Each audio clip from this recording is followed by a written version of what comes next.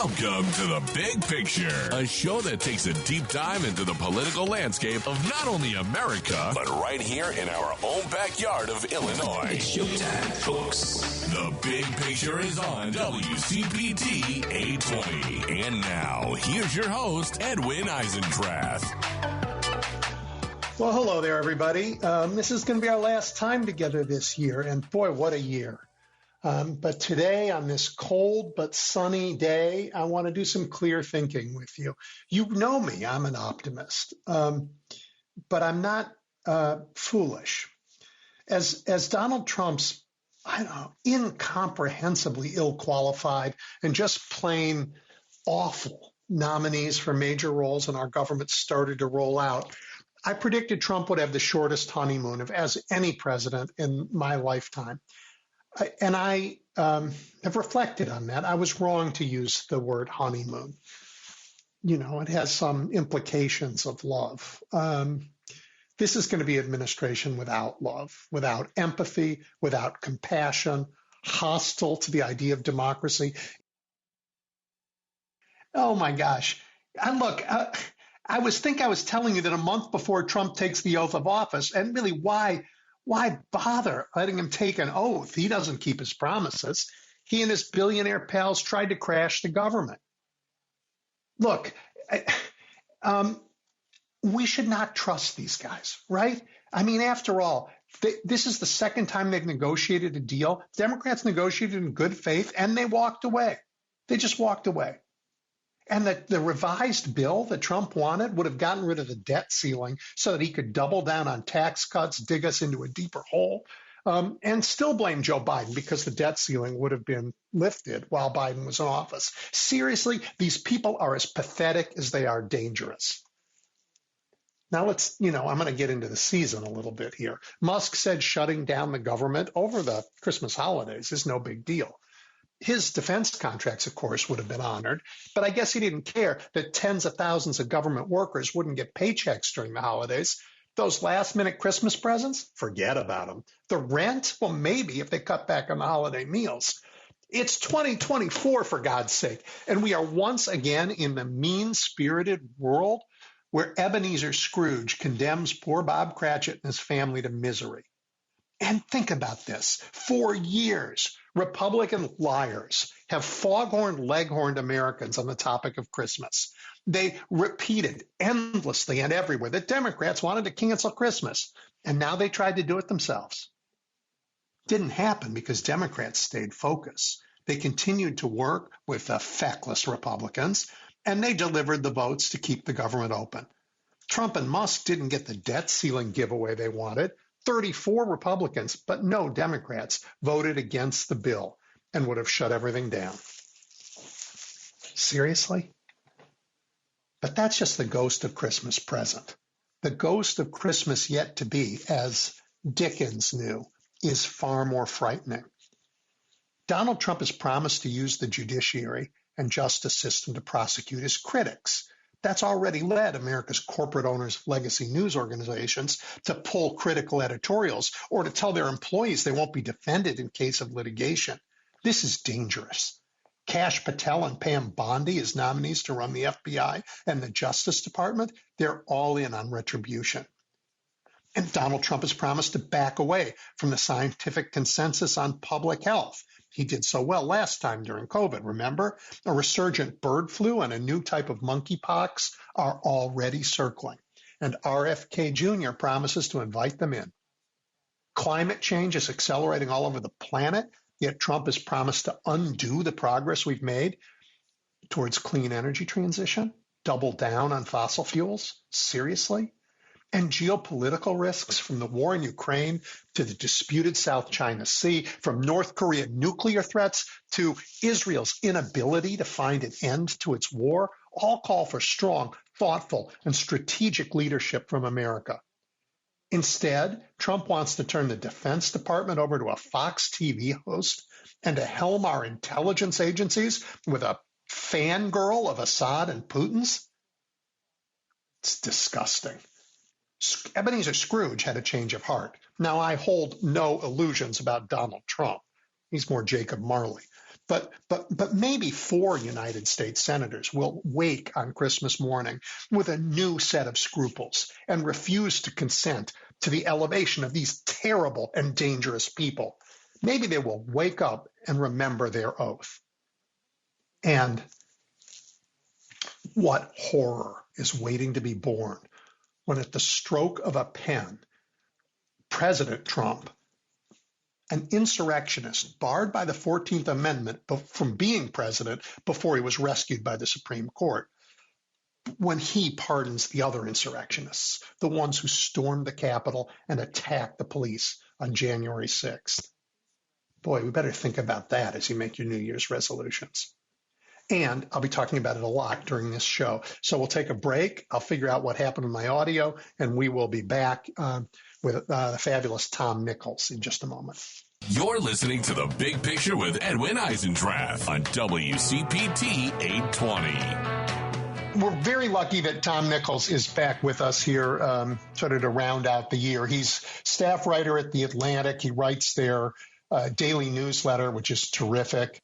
He, as I said last time, he taught at the U.S. Naval War College for 25 years. He writes books that matter, including Our Own Worst Enemy, The Assault from Within on American Democracy, and that was a year ago and more correct than I think he probably hoped. Anyway, Tom, welcome back. Thank you very much. Thanks for having me. Hey, a few weeks ago, I said that Trump would have the shortest honeymoon of any president in my lifetime, and I think I was wrong. I think he's going to have the shortest honeymoon of any president in our history. Well, you could argue that he's already had one honeymoon, and you only get one to a customer. But messing up the budget deal at the behest of Elon Musk is pretty much a way to wear out your welcome, even with your own party, pretty fast. So I've never seen a honeymoon end actually before the inauguration. So that's really an achievement. Yeah, it's unbelievable. And the Republicans might not. I mean, they may be in yet another speaker fight. Well, because they're not really a party anymore. I mean, they don't, or I should say, the old political scientist in me, as you know, I taught for a lot of years before I became a writer. The political scientist in me says they're not really acting like a party. They're sort of a cult of personality with a loose coalition of other interests attached to it. So there's really, it's strange because when it comes to voting, at least out in the country, the Republicans have a huge amount of party discipline. When it comes to actually doing anything inside the government, they can't get along with each other. And you're right. I mean, it could. I suspect that cooler heads will prevail. That they don't want to go into Trump's renewed term with with an ugly speaker fight. But it's important to remember Mike Johnson was sort of the one guy they could all. I mean, he was basically chosen because he was the guy everybody hated the least. Last man standing. Yeah. He was the last man. Yeah, exactly. It's sort of the only guy left after everybody else was knocked out. So it's he was never in the strongest position. There are a bunch of these Republicans who are seriously saying they want to have Elon Musk be their speaker. Yeah, I wonder how serious they really are about that. They have to know what an inane spectacle that would be. Especially to have a speaker who has even if it weren't Musk, if it were somebody else from outside the institution who has no knowledge of processes, doesn't know the members, has no idea what committees or what, it would just be a disaster. But I think what you're seeing is some Republicans are just sort of cheaply currying favor with Musk's fans. With Musk's admirers. And so, there's so much performative stuff going on with the Republicans where they just say things without any real expectation of ever having to do them. But it's kind of a quick sugar rush to just say them out loud. So, I don't know how serious. I think Rand Paul was one of them. Am I getting that right? I think maybe. Sounds right, doesn't it? It was. Yeah, but apologies to Senator Paul if it wasn't him. But, I don't think anybody who said this really the Republicans are dogs who sometimes catch the cars they chase. But I think in this case, I don't think anybody really expects that to happen. What's so interesting to me, and I guess this has crept up on me over time, is that I didn't understand how much the Republicans, not the voters, but the electeds, they're fearful about everything. They act in fear all the time. Fear of somebody's money, fear of social media, fear of being primaried from the right. They're a party of people who are scared of their own shadow. And, we're facing legitimate challenges in the world. A little courage would go a long way. Well, I've been stealing this line from George Will for years now, that when George said back several years ago, he said it's a new experience in American history where the GOP is the first major political party that actually fears and to some extent hates its own voters. Because I think you're right. I mean, they're constantly, who's going to, you saw it with Musk now. I mean, you have somebody outside of politics jumping in on this and saying, I'll primary you. I'll make sure you get primaried. And I think the problem is that for a lot of these folks, being in Congress, and this is a bipartisan problem, but I think especially now, being in Congress and being in Washington is the most important thing to a lot of these folks. They don't want to go home. They certainly don't want to have to leave the institution and go back and live among the voters that are sending them angry messages. And so you're right. They're afraid. I mean, they're afraid of everything. They're afraid of money coming into their opponent's war chest. They're afraid of being primaried. They're afraid of being dragged in public or on social media by Donald Trump. I mean, I imagine that most Republican electeds wake up every morning and basically get out of bed and say, now what? Right. Or who's going to tell me what to do today? Let's see. So I thought a lot since the election about whether my optimism is just plain wrong in the face of the challenges we face. I mean, we have the best thing about the Republican government is that it might be dysfunctional, because if they get their act together and do the things they promise, it'll be really terrible.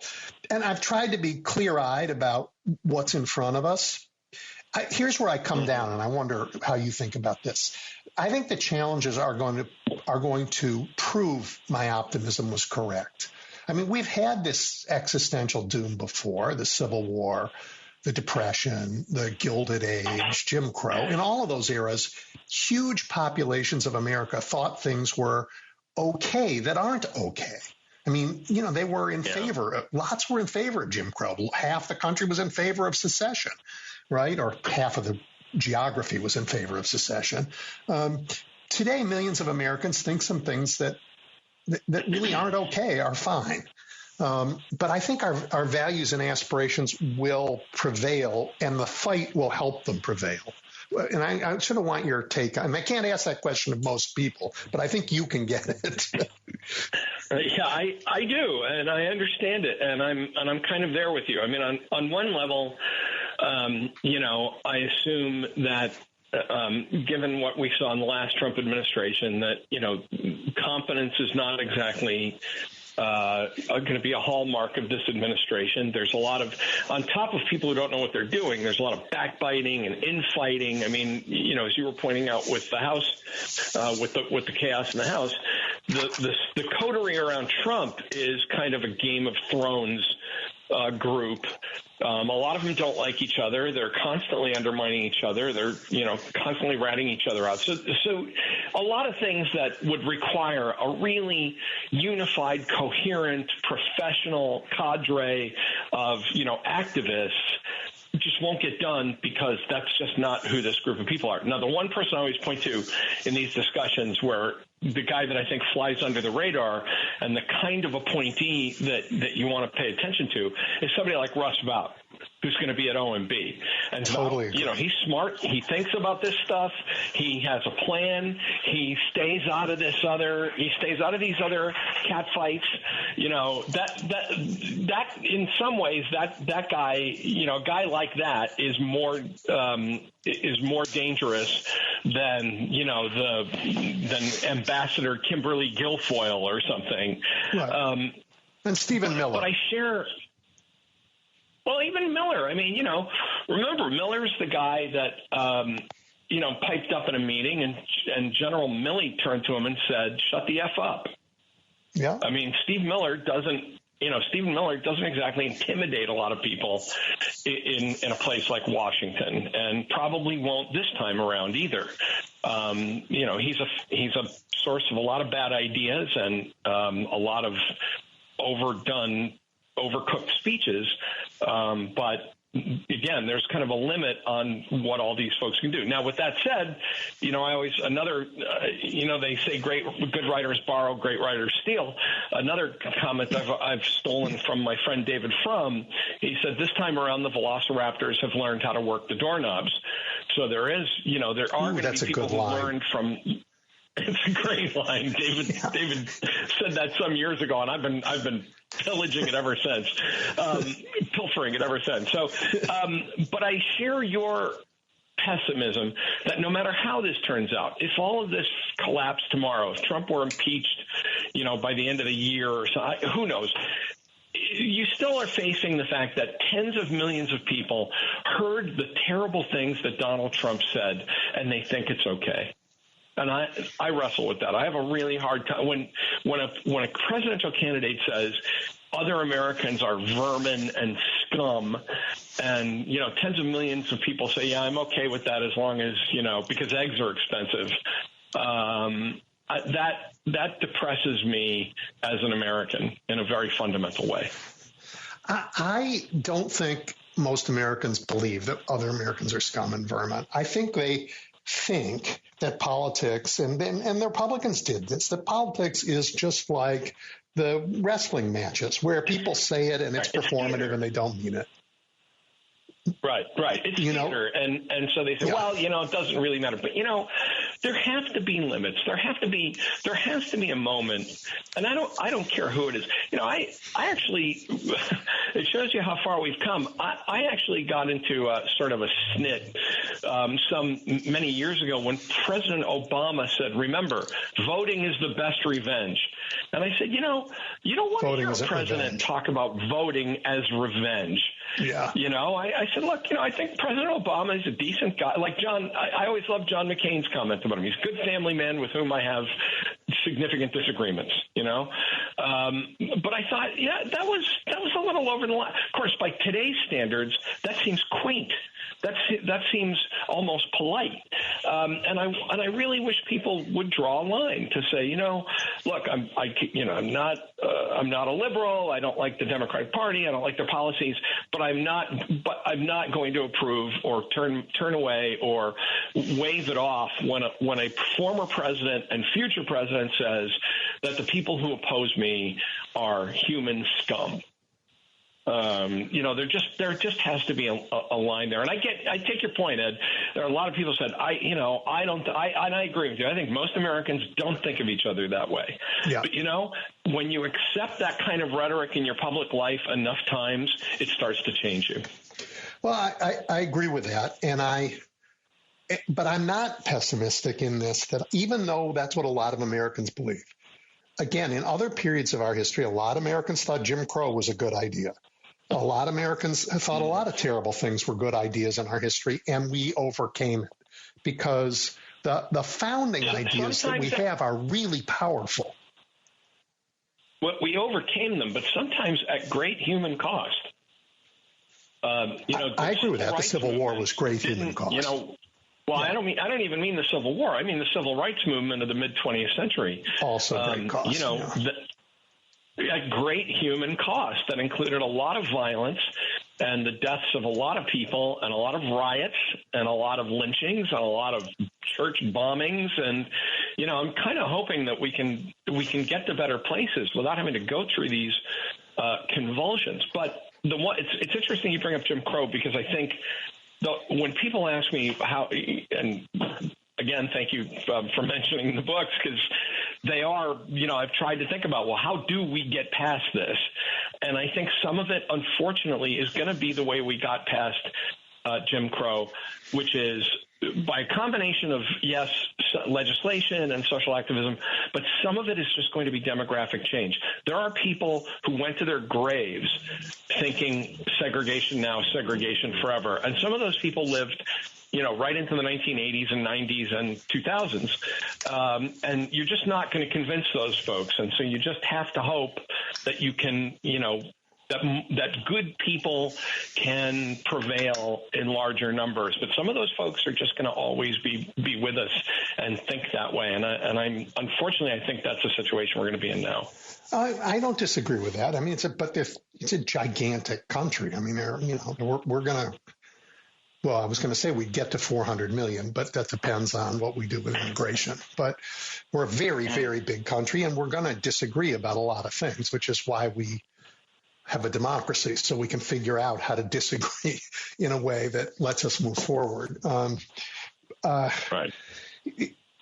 Let's turn. I'm worried that democracy Well, I'll just say I've always worried that democracy in America doesn't fall from coast to coast or, becomes a dictatorship tomorrow, that in pockets of places that people's rights are curtailed depending on where they live. And the thing that, again, that's a concern and some of the kind of pessimistic approach I have, simply to say, if the Constitution of the United States does not operate everywhere and always, then you're not the constitutional republic you believe yourself to be. And I think that's going to be the challenge, is to say, yes, we have differences among us and we can work them out. We're a big, sprawling federal state. But the one thing we all have to agree on is the Constitution. And I think that there has not been the same wide, maybe I was always naive to think that there was broad agreement on that, but it feels like the Constitution itself is kind of up for grabs as a document right now. Yeah, I think it is. I think it is too. So I don't want to be too dark. No, I think it is too. And even beyond the Constitution, or not quite approaching the Constitution, I guess it's not beyond it. We've never lived in the country where everybody has been equally politically and socially free in every part of the country. We never have. And it's always been aspirational. I mean, I grew up in Richard J. Daley's Chicago, and politics was not. It was hard fought, but he won every time, and not because the playing field was even, but because he had an enormous patronage army that he used the government to pay for. So, right. I mean, we've always had these pockets. That's here in Chicago. It doesn't compare with the Jim Crow in the South, but it took a while for us to, and I think only recently in our life, my lifetime, and then only in the last, I don't know, 1968 to maybe 80. I mean, just a short period of time where we actually thought we're going to get there. And then we started to do some other weird things. Yeah. Yeah. Well, I'm from Massachusetts, and so, when people complain about gerrymandering, I always have to hang my head because, Jerry was your guy. After one of our, he was our guy. Yeah, Elderbridge, right? Elderbridge Jerry. People talk about gerrymandering, I kind of hang my head, and I go, yeah, he's one of ours. Yeah. Yeah. All right. So I want to just talk about the world with you for a minute, because the last time we spoke, you and I were a little nostalgic for our lost Pax Americana. Those 80 years or so after World War II, where America provided a security umbrella and a system of international rules. We helped literally billions of humans rise from poverty. We provided a life of opportunity and meaning for most Americans and made the world more peaceful than any time in recorded history. Yeah, it looks like that's breaking all over the place now.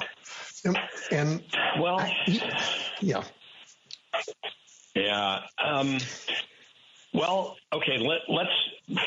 Let's be both optimistic and pessimistic.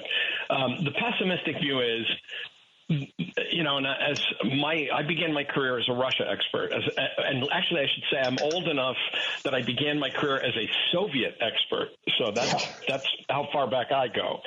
And so sometimes I look at this situation, particularly in Europe, and I say, we defeated Soviet communism and millions of people gained their freedom. And for what? For this? For the biggest war in Europe since World War II? That it just feels like such a lost 30 years of a lost opportunity. Even Syria, which is a bright spot this month, was liberated by a group that the United States considers a terrorist organization. It seems like the bad guys have gotten their act together, and they were on their back foot some years ago, and now they seem to be kind of recovering. Although, again, let's look at some bright spots, right? That Bolsonaro is going to go on trial in Brazil, and the polls have turned back a right-wing government, and we don't know what's going to happen in Germany. But the French snap elections actually pushed back the French right, and so there are causes for optimism. South Korea. Right. So, well, the bad news in South Korea is that their president tried to execute a coup. The good news is their legislators impeached him and they weren't having any of it. But the fact that it happened at all was a little, unsettling. Right. But it was, in fact, when I saw that I was traveling in Europe when all this was happening. And so I was only picking up snippets on the BBC. And I was like, I'm sorry, did martial law? They must mean North Korea. I couldn't believe it either. I thought this has to be wrong. They don't mean South Korea. Maybe there's a crisis in Pyongyang or something.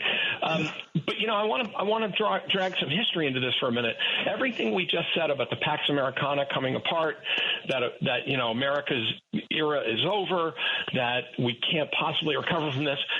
You and I are both old enough, Ed, to remember the late 1970s. This is exactly what everyone said. NATO is not going to make it to 1990. By 1980, you had actually in 1975, Gerald Ford.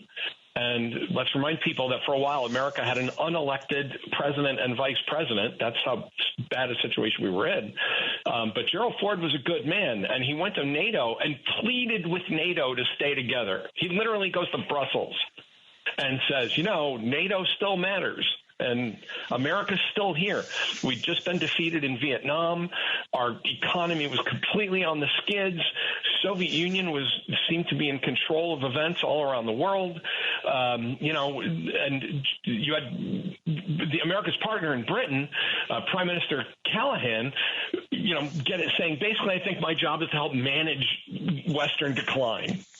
And who would have guessed that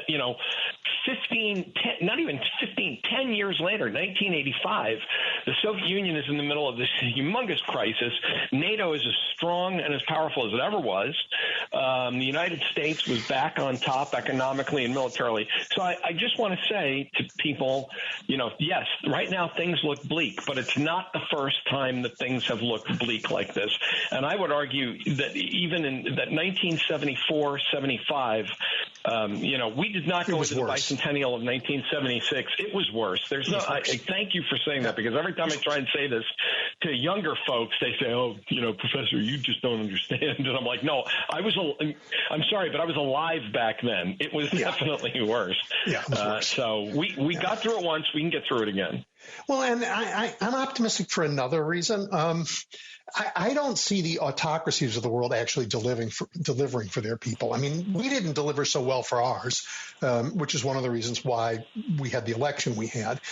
But maybe except for in the GCC, where gobs of oil money are letting them buy a higher standard of living for their people. But Russia's an economic disaster, probably a client state of China. China's powerful, but it's stagnant and aging. You got Moldova and Georgia, trying to say, hey, we don't want to be under the Russian thumb. Syria we don't know what they're doing, but they did whatever they did. I mean, this desire that we've talked about, I know it seems old-fashioned, but the desire to be free, it seems to be bubbling to the surface all over the world. If we didn't have the administration we have coming in, this would be a great moment for human freedom. Well, it would be a crisis moment for human freedom in the traditional sense of a crisis, where you're at the moment where things either get much better or much worse. Yep. And I think, that's unfortunately, and I just wrote a piece a couple of days ago in the Atlantic where I said the unfortunate thing is that Russia really is kind of on its back foot. And unfortunately, they're going to get an American administration that's going to rescue them. At exactly the time that we should have been squeezing them, we're going to let them up off the mat. And I think that's really a problem. I think that's unfortunate. But so I want to ask you about that. Trump I know he's been Putin's biggest supporter. I mean, he famously told everybody that he trusted Putin's word more than he trusted our own intelligence services. He held that disgusting secret meeting with Sergei Lavrov in the Oval Office. But Trump is pathologically triggered by what he perceives he's stronger than the guy across him. Weakness triggers him in a crazy way. And he's cruel. I mean, and Putin is now weaker than he was 8 years ago, when all this happened. I mean, Russia's really weaker. Putin is weaker. And it's possible that Trump, because, no one stays in his graces, even Putin, he's going to see a weaker guy across the table. And I don't know. He might actually decide to take advantage of it. Not with Tulsi Gabbard and Pete Hegseth, but, he might. Yeah, I'm not sure about that. I mean, he seems to have a deep-seated insecurity about Putin that I don't think has anything to do with the strength of Russia at any given moment. I think his fear of Putin is rooted in a lot of things. First, he has a long history with Russia, and he's dealt with a lot of bad boys over the years in Russia, and Putin. It may just be that Putin reminds him of all that, but more to the point, Putin is very much a bully and a tough guy and a gangster in his own right, and I think he just gets the better of Trump because he's just better at this game than Trump is. It's really weird when you watch them together back when Trump was president, how kind of creepily deferential Trump is, to a guy who's really, just a kind of a petty dictator now. So I take your point that he may be saying, hey, Putin's really up against the wall. He's got himself into a jam. But he really likes strong men. And remember always that he has that Trump has a real grudge about Ukraine. That's the country that where his chicanery got him impeached. Yeah. So, I was grasping at only straw I could find.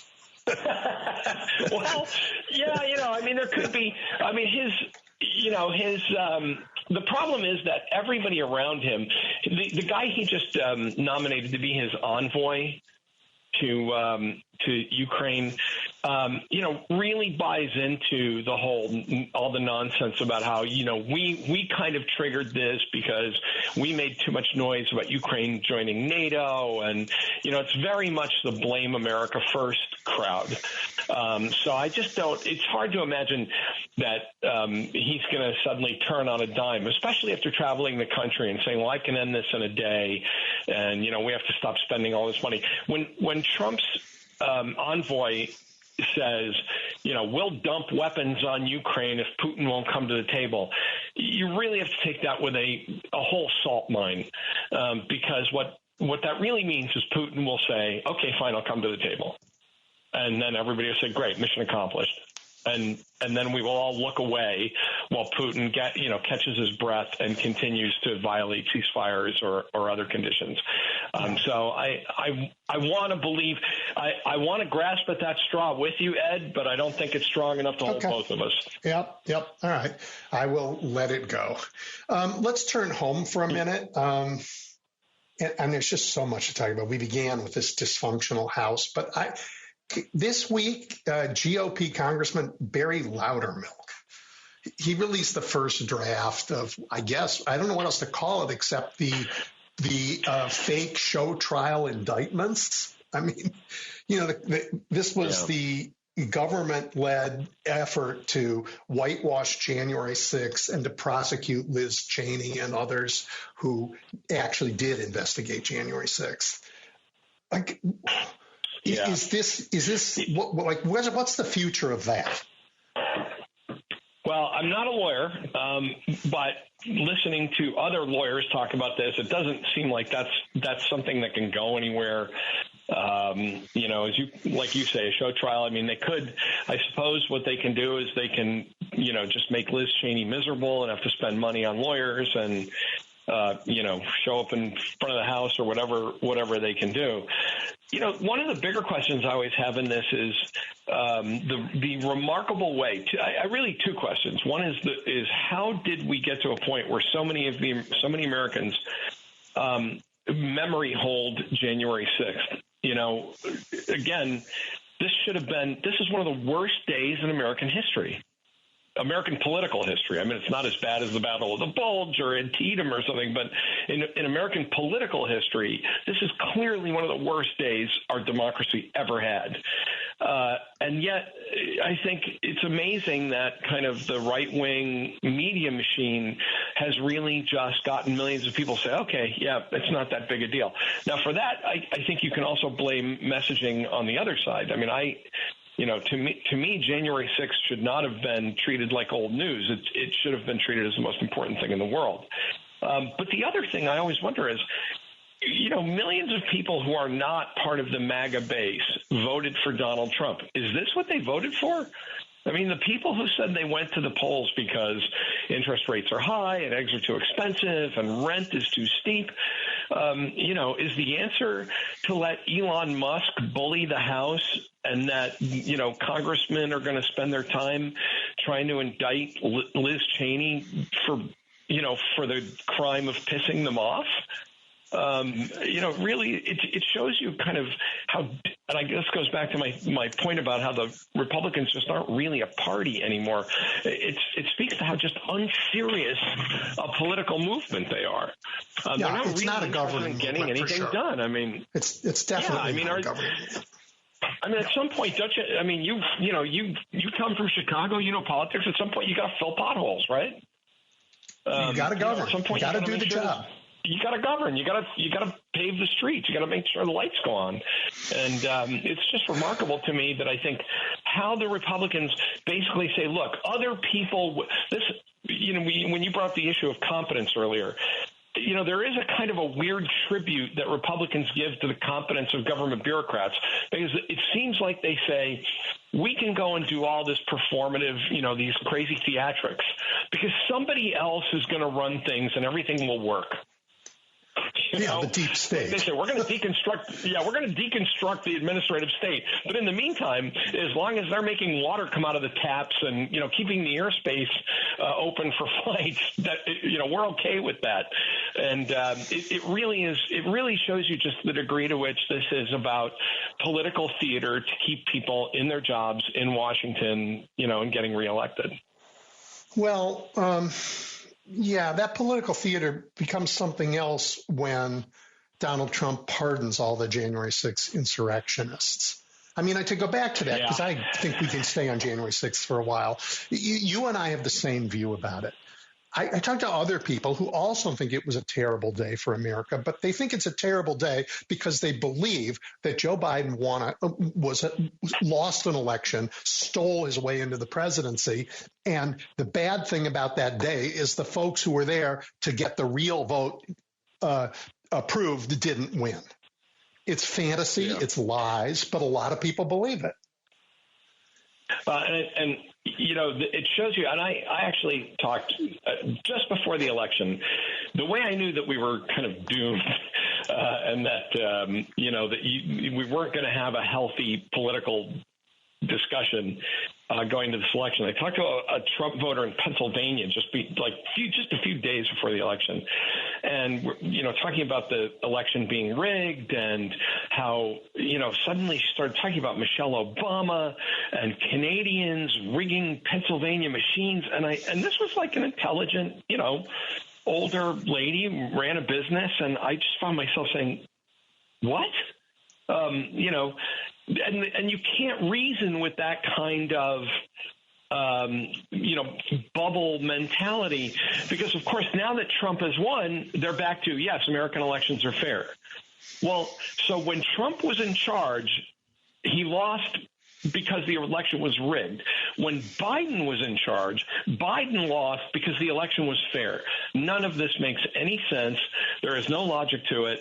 It's purely just if we win, elections are good. If we lose, elections are bad. And that's a really dangerous problem in a democracy. And Trump, you know, talking about Trump pardoning the January 6th people, you know, one thing about political theater, and I'm going to steal yet another from another great writer, Kurt Vonnegut. In a book, in his book Mother Night, Kurt Vonnegut has a line that has always haunted me about politics, where he says in the introduction, "We are what we pretend to be, so we must be careful what we pretend to be." Meaning that if you play act out this stuff enough times, if you engage in this political theater enough times, if you accept this kind of rhetoric enough times, you become that thing. You're not just playing at it. You really turn into the thing that you thought you were just sort of pantomiming and playing at for the sake of politics. And I worry about that, because I think a lot of Americans, and certainly a lot of people in elected office, seem to be believing. You know, I always wonder, for example, about somebody like the nominee for UN ambassador, Lee Stefanik, who was this very moderate George H.W. Bush kind of middle-of-the-road Republican who now is, you know, full-throated MAGA supporter. And you can say, well, she said that because she comes from a very red district and she had to kind of survive and deal with Trump and all that stuff. But, you know, at some point, if you say that stuff enough times, aren't you then isn't that you after you've said it enough times? It's a really fascinating question, Tom. And for me, it doesn't, in politics, it doesn't matter. The part that doesn't matter is if it's really her or not. That matters to the people who love you. That matters to your family and your friends. But it was it was Machiavelli, right? Who said you have to be the prince to know the people and the people to know the prince. And what he meant was there's this theater, there's this distance. The person, whatever your private motivations are, what matters is what you do in politics. What matters in governing is what you do. But I think it does matter in terms of where you'll draw the line. If, you know, at some point, if it's just theater, there's a part of you that says this far and no farther.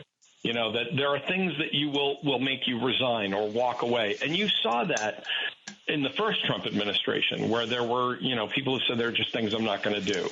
I think the problem is if it becomes who you are, then everything becomes possible. Then there's all sorts of, you know, villainy that you are capable of because you've just kind of you've convinced yourself that you're that person. I agree with you. You know, and I think they are those people. Your point that but as far as we're concerned, that's what, until they show us where a line is, this is who they are. Yeah, I think that's right. And by the way, that's a good point. Yeah. In the last government, we had Rex Tillerson, who failed and got pushed out. This government is filled with Rex Tillersons. I mean, I wonder. I mean, you know, Tillerson was never on board with the whole MAGA project. I mean, he was brought in to be, you know, here, you're a manager, you ran a big company, go fix the State Department. I mean, my concern, and I've said this before, is that, you know, Rex Tillerson would seem like a startling upgrade if most of the nominees for this cabinet were more like Rex Tillerson. You'd almost breathe a sigh of relief. You know, instead, and I said this the other day, it's like when you start talking about Trump's these most recent cabinet picks, it's like you're casting the cold open of Saturday Night Live. You know, dangerously, sure, you know, very dark. I mean, Kash Patel is. There are people who should be nowhere near government. Kash Patel is one of them. Right. Pam Bondi might be one of them. RFK certainly should not have a health portfolio. I mean, and Pete Hegseth. Pete Oh my Hegseth, God. Tulsi Gabbard. Yeah. I mean, that's what I mean. I mean, you almost say this and you say, wait, did I just say this out loud? Did I just say, like you almost can't parse the words Secretary of Defense nominee Pete Hegseth because it's, you almost think it almost sounds like a prank. And I think some of that is what's happened, by the way, in these nominations. I think Trump is trolling the country by saying, you guys, a lot of people betrayed me. You kicked me out of office. How do you like these apples? Watch what I'm going to do now because I can. Well, we can't let them. It's understandable from Trump's point of view because he doesn't really understand how government works. I think that's the other thing that is always striking about this. I think Trump has no idea what cabinet secretaries do, what DNI does, none of it. But that's where we are now. Well, he does have an idea, Tom. His ideas, they do what I tell them to do. That's his idea. And it's, forget the Constitution. How things actually work day to day. How things work day to day is a mystery. So look, the area that I guess so many of it actually terrify me, but the weaponized justice system, the risks of abuse in like the Federal Protective Services or using the Insurrection Act could really cause absolute terror in America. But to tie this back to conversation earlier about how, in your view, this is a little like Jim Crow, I think this is an era that will create heroes. America hasn't done this in a long time. We did through the Civil Rights era. We absolutely made heroes, people whose names are well known today, and that was a long time ago. I think we're in another one of those eras, and it sometimes takes the making of heroes and martyrs to get us through these tough times. Well, I think in a strange way, Ed, I hope you're wrong, because the way those kinds of heroes are made are under great duress and at great cost. I agree with you, but I do think that's where we are. But the heroes, I think the people who are going to be heroes, a group of people that most Americans don't like very much, which is going to be lawyers. Just as it was in the first Trump administration. A lot of things that got stopped in the first Trump administration got stopped because of people who took the time to read the documents and the legislation and file suits and plod through. I'm a former Republican. I have a kind of conservative temperament. I'm not particularly enamored of big mass movements and marches, although I think there's an important moment. There are times when those kinds of actions are necessary, but I have great respect for the people who slog it out every day. I mean, you can talk about I want to resist and I'm going to march and I'm going to yell, but the people who just kind of slog it out every day and say, okay, here's an executive order from Donald Trump. Let's all sit down and decide how we're going to go to court about this, because that's what happened the last time. That's what happens every time a Democrat issues an executive order. Every time. Well, right. The Republicans were always really good at that. Yeah. Wait, Tom, we have 1 minute left, and I want to ask you this. It's related to what you're talking about. I am the biggest critic of John Roberts, maybe in the country. I just think he's sold us out in 1,000 ways. But it just might be that he set himself up as the only other power center to a president. And he may actually be called upon to do things to protect us now, and he might actually do them. What do you think? Well, the Chief Justice seems to care very much about the court and its place in history and its standing in American society. And right now, the Supreme Court is, not a very popular institution. Yes, less popular than the Chicago City Council, and that is a remarkable thing. Well, on this, I want to believe. I want to be with you in your optimism, Ed. So let's take that as that we will end this on a note of shared optimism, that there may be things that even John Roberts simply says are a bridge too far. On the other hand, let's remember that this is the court that produced Trump v. U.S. as a decision, basically saying that presidents are kings. Three justices. Right. Presidents are kings, and that you basically have three justices who say we're never going to hold Donald Trump responsible for anything. But they may not allow him to do everything. Yeah. Oh, you're not responsible for it, but you can't do it. And who knows? All right. Well, Tom, listen, I hope you have a fabulous Christmas and New Year's, and that you and I are mistaken to be worried. I doubt that, but let's just hope that for the next week or so. All right. Merry Christmas, Ed. Thanks. Take care. Bye. Yep. Bye-bye. You're listening to The Big Picture with Edwin Eisendrath on WCPT 820. All right, everybody, a little after 2 o'clock here in Chicago, and I'm joined now not by Tom Nichols, but by John Nichols. John is, of course, an author of books, the associate editor of Cap Times in Wisconsin, a columnist at The Nation, and let's be honest, one of the reasons why this show is worth listening to, because he's been a fabulous guest here throughout this year. Hello, John. Hey, that's an awfully generous introduction. I appreciate it very much. Well, yeah, it's earned. So I want to start off with a hard question, but we're at the end of the year and it's a thoughtful time. I don't think we've had a period of so much political convulsion since the late 1960s. I mean, and this year alone was crazy, right? I guess if the 1960s were about civil rights, what's going on now that's causing so much dissension, anger, division in our country?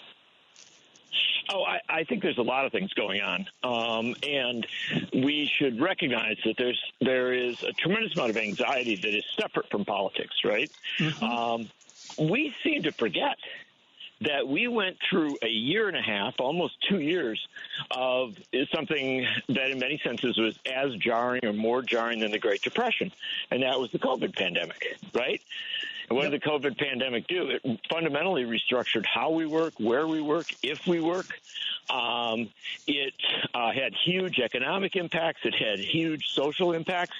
Remember, we have a generation of young people who were out of school in some cases for a year, 2 years, doing distance learning, things like that. And their parents have all the impacts of that, as well as all the economic impacts of inflation associated with the pandemic and the play out of that pandemic in a whole bunch of ways that are more complex than we probably should entertain in the next minute or so. But you put all that's outside of the politics. Inside of the politics, I think that because of the Citizens United ruling and a host of other developments politically over the last 15, 20 years, we've ended up in a situation where we now have in both parties a huge anti-system bias, and it's got legitimacy to it, although it can blow up in all sorts of ways. And that anti-system bias says that the system isn't working, right? No matter which party gets in power, things don't really seem to go in the way that the majority of Americans want. And we know that because polling shows us something like 70% of Americans, often more, majorities of both Democrats, Republicans, majorities of conservatives and liberals say things aren't going in the right direction, right? So anti-system politics is now our defining political reality. And what has it done since the last president of the United States to have a full term, a 4-year term as president, in which the Congress was on his side the whole 4 years?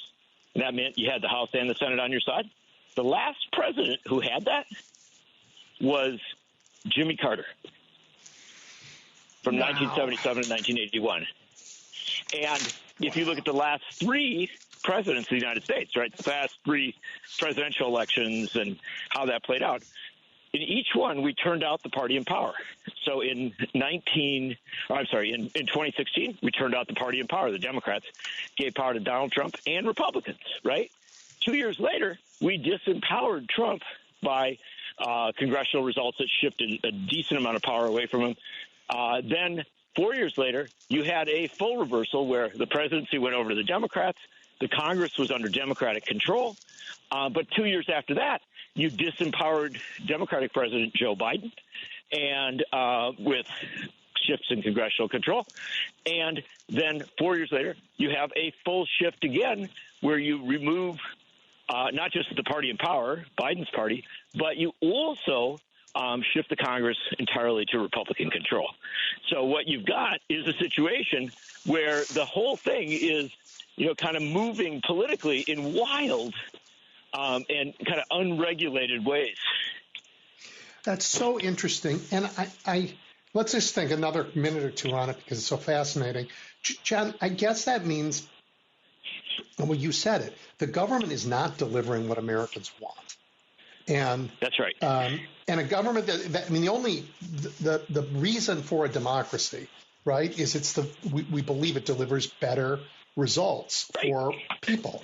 But maybe it hasn't lately. And I wonder if that is how that you think, and I know you think about this, how it relates to what's happened to capitalism in America in the last 20 or 30 years. Well, capitalism's gone out of control, right? It's a funny thing. In the past, even up to the era of Ronald Reagan, you could say, well, we want to do some tax cuts for the rich and for corporations because we think they'll then take that money and invest in creating jobs. That was always more of a false construct than a real one. But it is now a completely false construct because our economy, our U.S. economy, is so tied to big tech, right?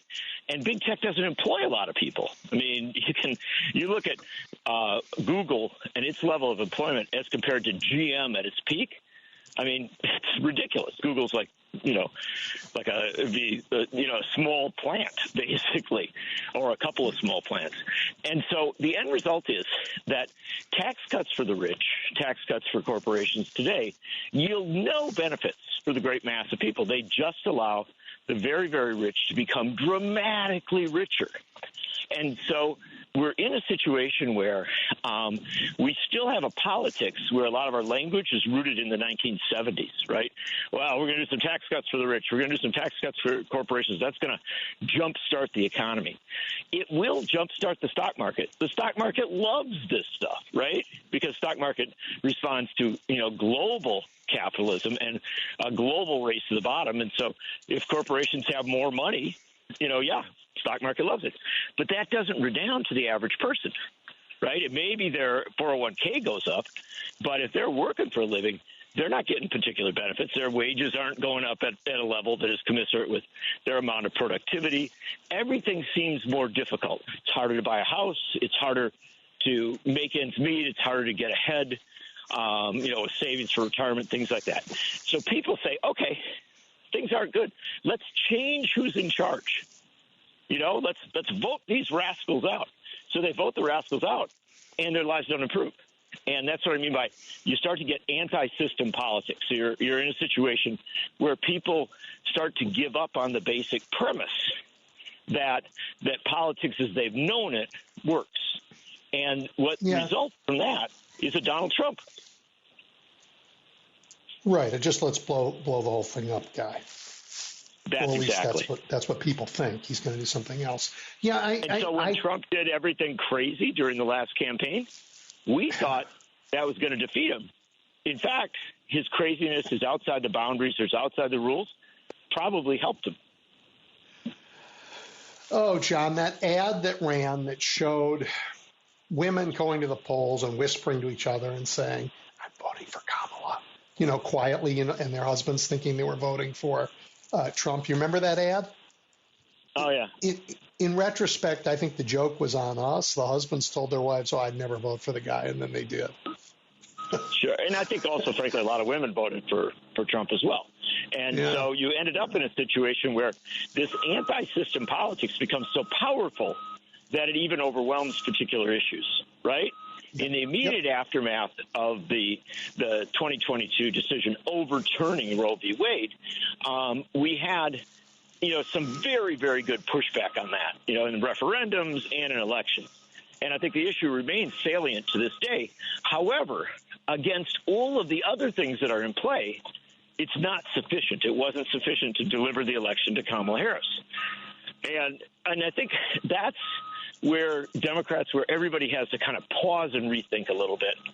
But I will give you one thing that's important to think about in this regard, Edwin, and that is that don't think that everything is so far off the deep end that it can't be, that you can't, if you start to get a few things right, restore something akin to a better system. Democrats, of course, have to get more in touch with the working class. There's no question of that. They've got to have better messaging there.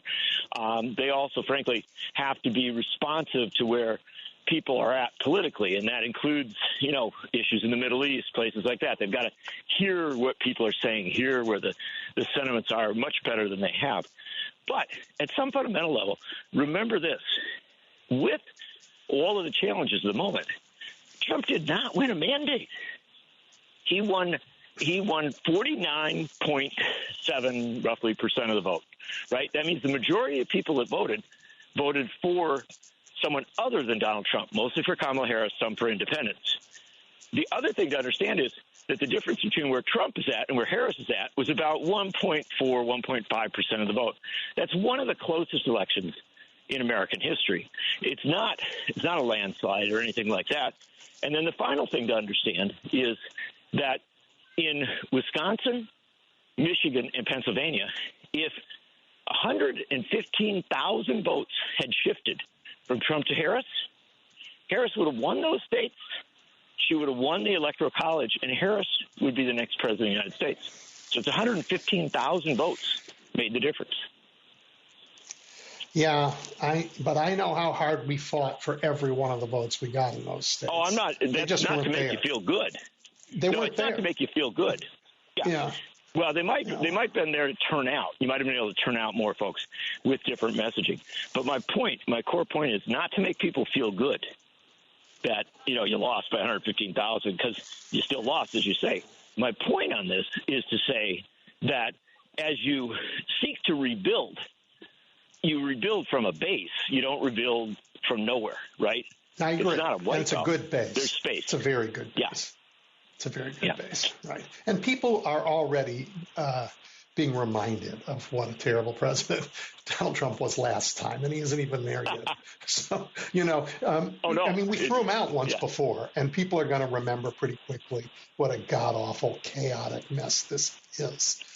And there are dangers coming. Have you had a chance at all to talk to the people in higher ed in your state about the things that they are afraid of? I mean, I just think cuts in funding, taxing endowments, smaller research grants, lower overhead reimbursements on research grants, changes in accreditation, tuition caps, all that stuff is aimed at treating higher ed like it's an American enemy rather than one of the greatest assets we have in the country.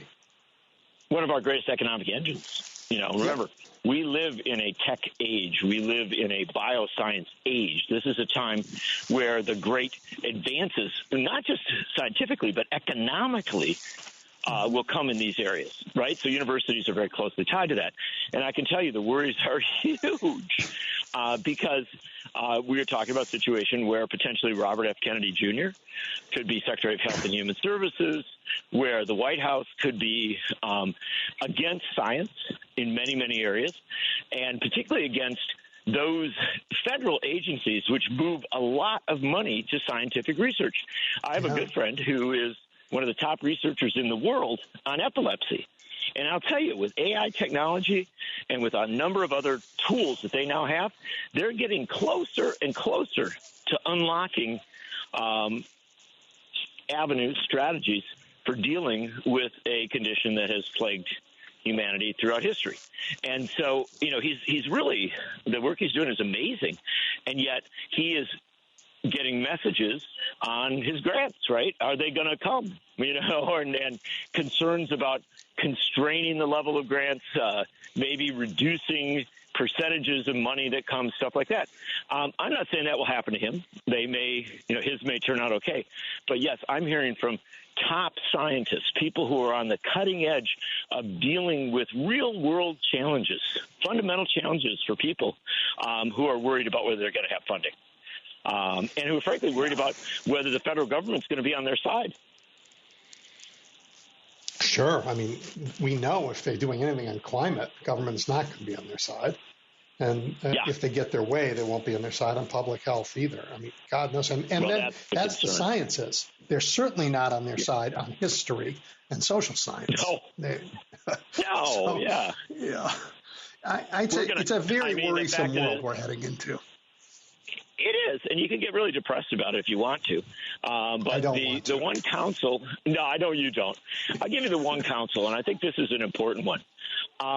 When we talk about the election actually being close and Trump not having a mandate, and when we look at the chaos just of the last week, whether Elon Musk is in charge or Trump is in charge, the disarray in the Republican Party, literally 38 Republicans voting against the Trump-Musk plan and tanking it, the chaotic situation in the Senate, where actually the Senate is voting, in fact, this week voted for a couple of major initiatives that are backed by unions, with a lot of Republicans coming over. Mm-hmm. So things are sort of not going the way that I think Trump and his inner circle imagined they would. And this is before they come into office. Now, when they come into office, they will have a lot more power, and there will certainly be concerns and pressures. I'm not trying to be naive about this at all. But the fact is that in the last week or so, we have started to see evidence that Trump and Musk and some of their allies are still the gang that doesn't know how to shoot straight. And so as a result, we're in a situation where we don't know how bad it will be, how difficult it will be. We know it's going to be tough. We know they're going to do things that are going to be deeply troubling, and that they're going to assault the most vulnerable in our society. And so we shouldn't be casual about it. We shouldn't be naive about it. But we should also recognize that there's a lot of evidence that these guys can be beat. They can be beaten on individual fights now, and they can be beaten in 2026. Yeah, we aren't helpless. They don't. They want to do all these things they may not get to, and that's on us. So, and that brings me to my next topic about not being helpless. So this close election that you described was closer in Wisconsin. The shift toward the red shift in the country was smaller in Wisconsin measurably, in part because of the incredible organization and talent of the Dems. And now Ben is in the running to be the DNC chair. And I'd love to get your thoughts on that. Well, Ben Wickler is one of a number of candidates for chairman of the DNC. And most of the people that are running, and I've looked at a lot of them, both running for chair and vice chair. There's a number of different contests. I can tell you they all get a basic premise, which is something's got to change. Something big has to change. The DNC was a burden rather than a help to Kamala Harris in 2024. They weren't up to speed. They hadn't built up the state parties to the level that they needed to be built up to.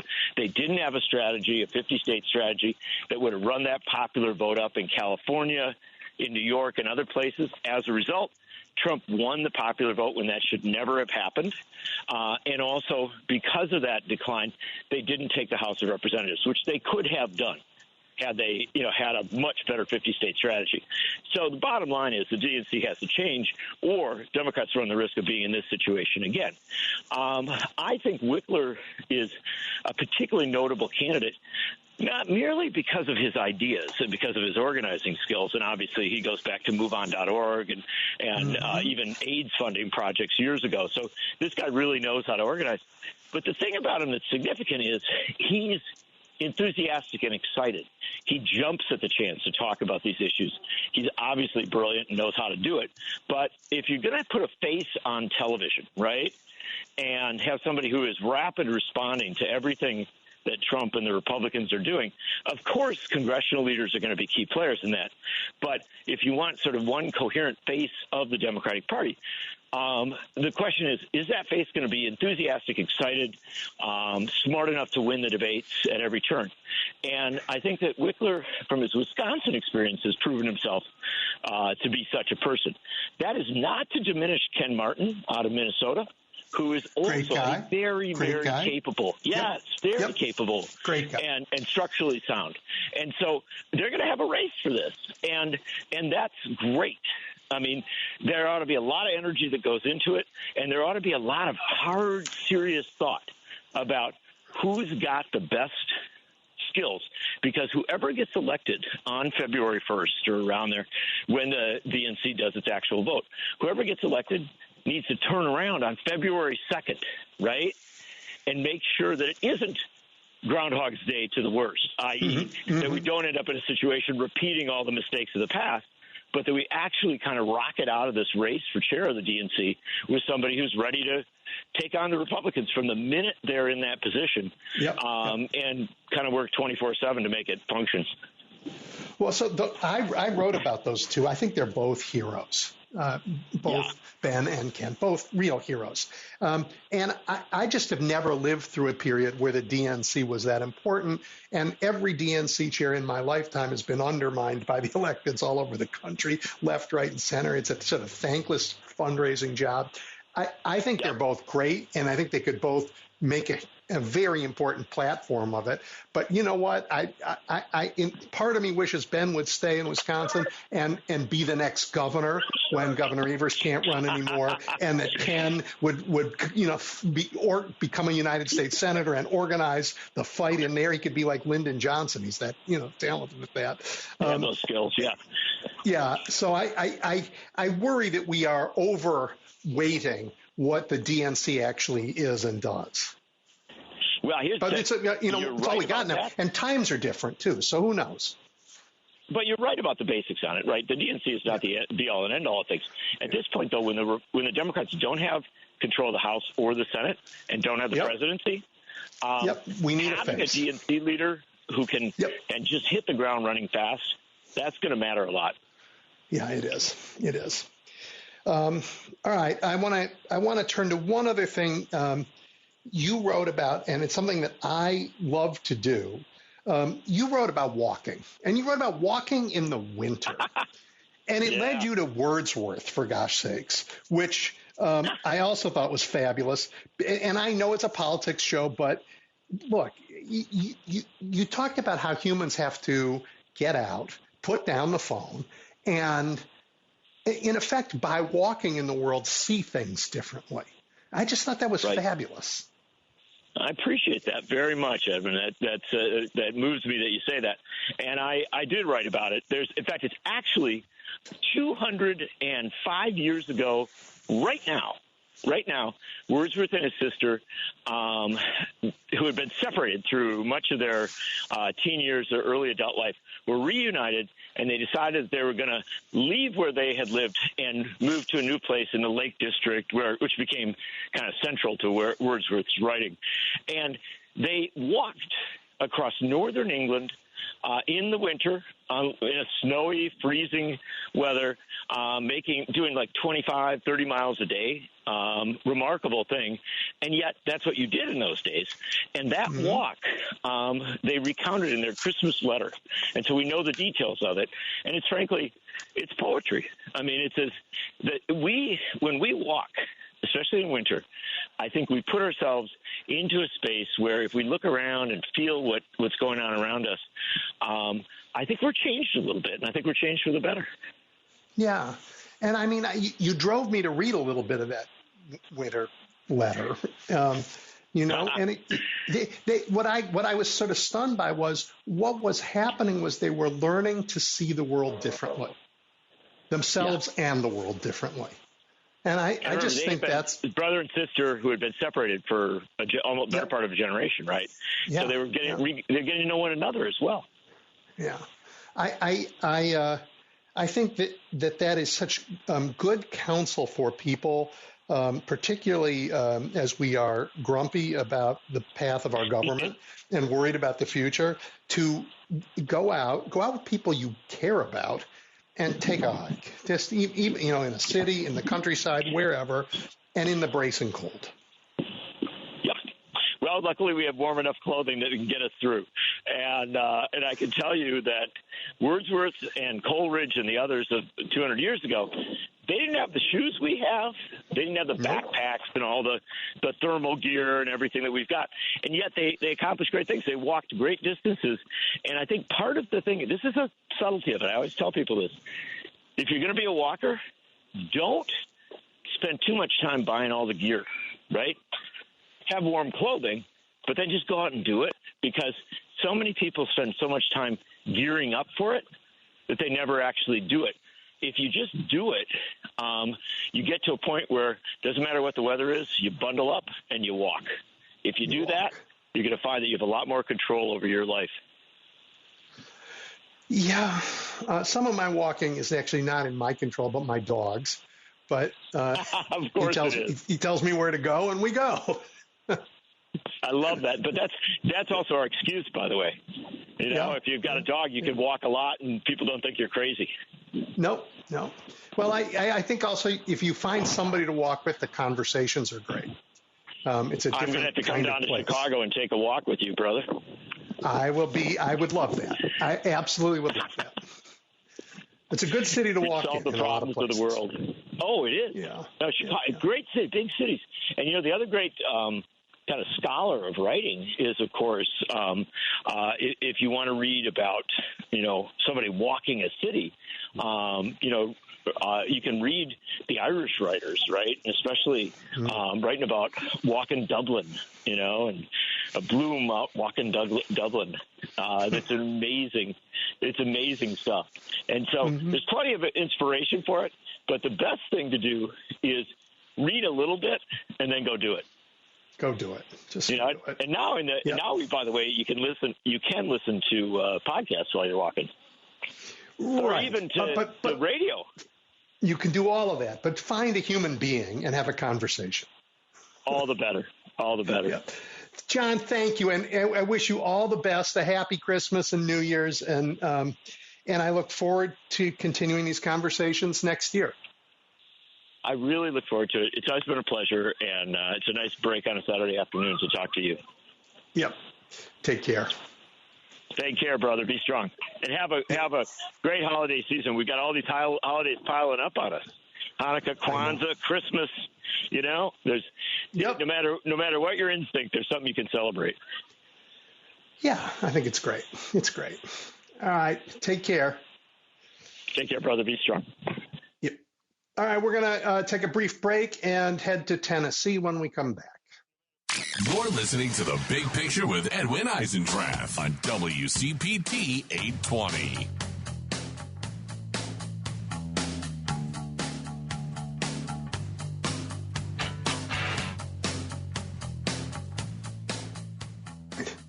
Okay, thank you. Back. Is Holly with me? Okay, I want to introduce you all again to Holly McCall, the editor-in-chief of the Tennessee Lookout, a superb columnist, a teller of truths. Again, somebody I wanted to wrap up the year talking with because she's fabulous. She's got a great point of view. And, we in Chicago need to hear a little bit about the rest of the country from time to time. Holly, welcome back. Well, hello, Edwin. Happy Hanukkah, happy Kwanzaa, Merry Christmas, all of that good stuff. And how's the Christmas shopping going? I mean, in Chicago, there's angst hanging over the city, some uncertainty about the incoming administration, some self-inflicted because our mayor isn't up to his job. But people are out shopping, they're making plans, they're getting together over the holiday.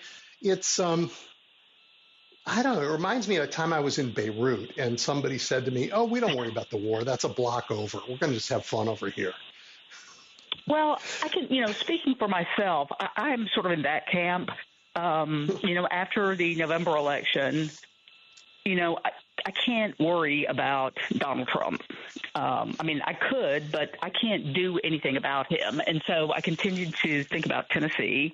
Tennessee the Democratic Party here started out the election cycle thinking that they would probably flip 4 House seats, 3 to 4 state House seats, which might not sound a lot to people in Chicago, but it would be huge here because Tennessee Democrats have been in a super minority since 2010 or 2012. And as a matter of fact, they flipped no seats. And so I'm at a point now where, I ran for state house in 2016, and particularly women will come to me when they're contemplating a run for state house or senate and ask me what I think. And I say, well, you're probably going to lose, but you can move the needle, and we have to keep putting good people out there running for office, and you can say things other people won't say, and you give folks someone to vote for.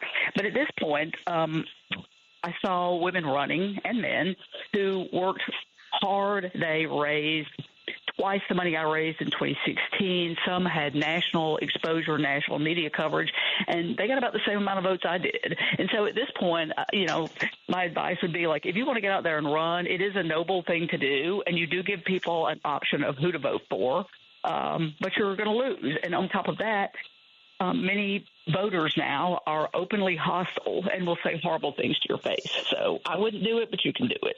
So that's where things are at in Tennessee. Yeah, this was a very rough cycle for sure. I mean, Americans are unhappy about the direction of the country, and they're going to be unhappy about the direction of the country in 2 years, because this guy and his crowd aren't going to make it any better. So if we focus on people's lives, not on the lives of people that are easy to denigrate or hate or, the other people, whoever they are in any given time, but just on our lives, people will get that, this isn't the crowd to fix it. Not this. Right.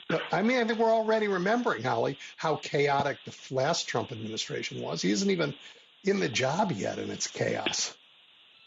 Yeah, I mean, obviously people like you and I and your listeners remember, there's such a wide swath of people across the country who don't remember and think things are going to be good. And, I will hazard a guess to say that this is going to affect all of us, but folks like you and I won't fare as badly as a lot of the people who did vote for him. Some of us can absorb higher grocery prices, for instance, which will happen if he does, in fact, start deporting millions of immigrants who provide most of the labor on avocados.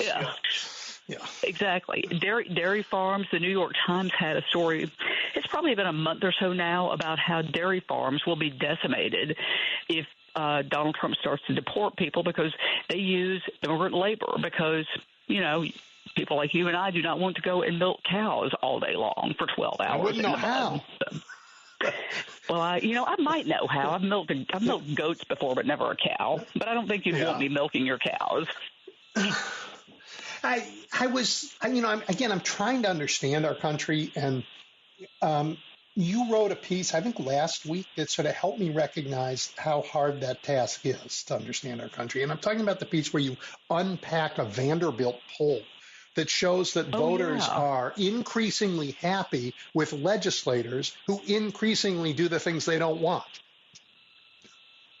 I wish I could explain that to you. And I think, if you were asking poll questions, and the Vanderbilt poll is a reputable poll that asks balanced questions. So they're going to ask, do you feel that women should have access to reproductive health care, or how are the questions worded? And then people say yes. And then the separate question is your approval rating of state lawmakers. And that has gone up. But folks don't make that connection between the issues. And I don't know. My news outlet tries to do that, as other states newsroom news outlets do. You try to make the connection between the issues and the lawmaker. But as I always say, most people don't live in these issues as you and I do. This is my life. Every day I'm thinking about, for better or worse, mostly worse, Tennessee politics. But most people are just trying to put the groceries on the table, get their kids to school, get them fed, pay the bills. And so they just don't make the connection. And I think part of that, though, is the news media.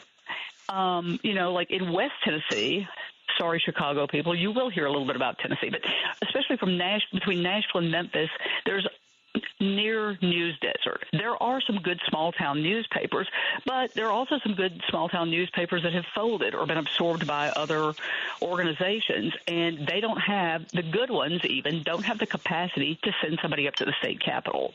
And we do try to share our content with them so people will start seeing it, but there's just no way for people who, even if they're subscribing to their local news outlet, but if they're watching Fox News, or by the same token, if you're watching MSNBC all the time, you're not going to hear about what's going on in your state. And I think we're in this sort of nationalized news media environment. Well, all right, that you raised it, so I'm going to ask. Let's just give a report card to American media for this year. And I guess we could start with coverage before the campaign. Coverage of the Biden presidency. How do you think the media did? I mean, I give it a C at best. I think Joe Biden did not need to run for a second term. He said when he first got elected that he was going to be one term, but he did not, in fact, make that bridge until it was too late, and that's a whole other topic. But in the meantime, I think his administration did a lot of really good things. I would hazard the guess to say that my opinion is he's one of the best presidents that America has had since Franklin Roosevelt.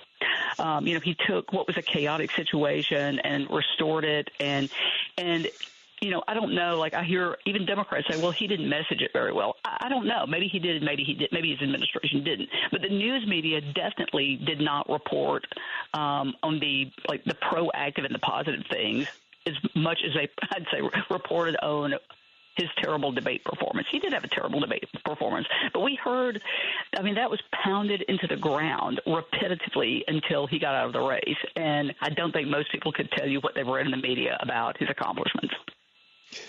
Yeah, so I would give them a D, maybe an F. Okay. And the reason for that is, every job, the only time I think every single month, we had more jobs.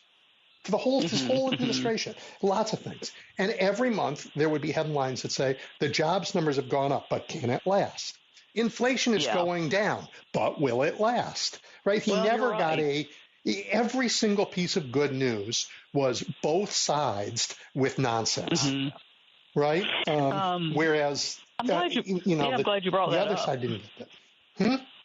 Yeah, I'm glad you brought that up because the economy, and I've had numerous arguments with people. The economy has been strong. Now, that doesn't mean that your eggs might not have gone up a little bit, but that's, as we now know, as even Donald Trump has admitted, not something the president can control.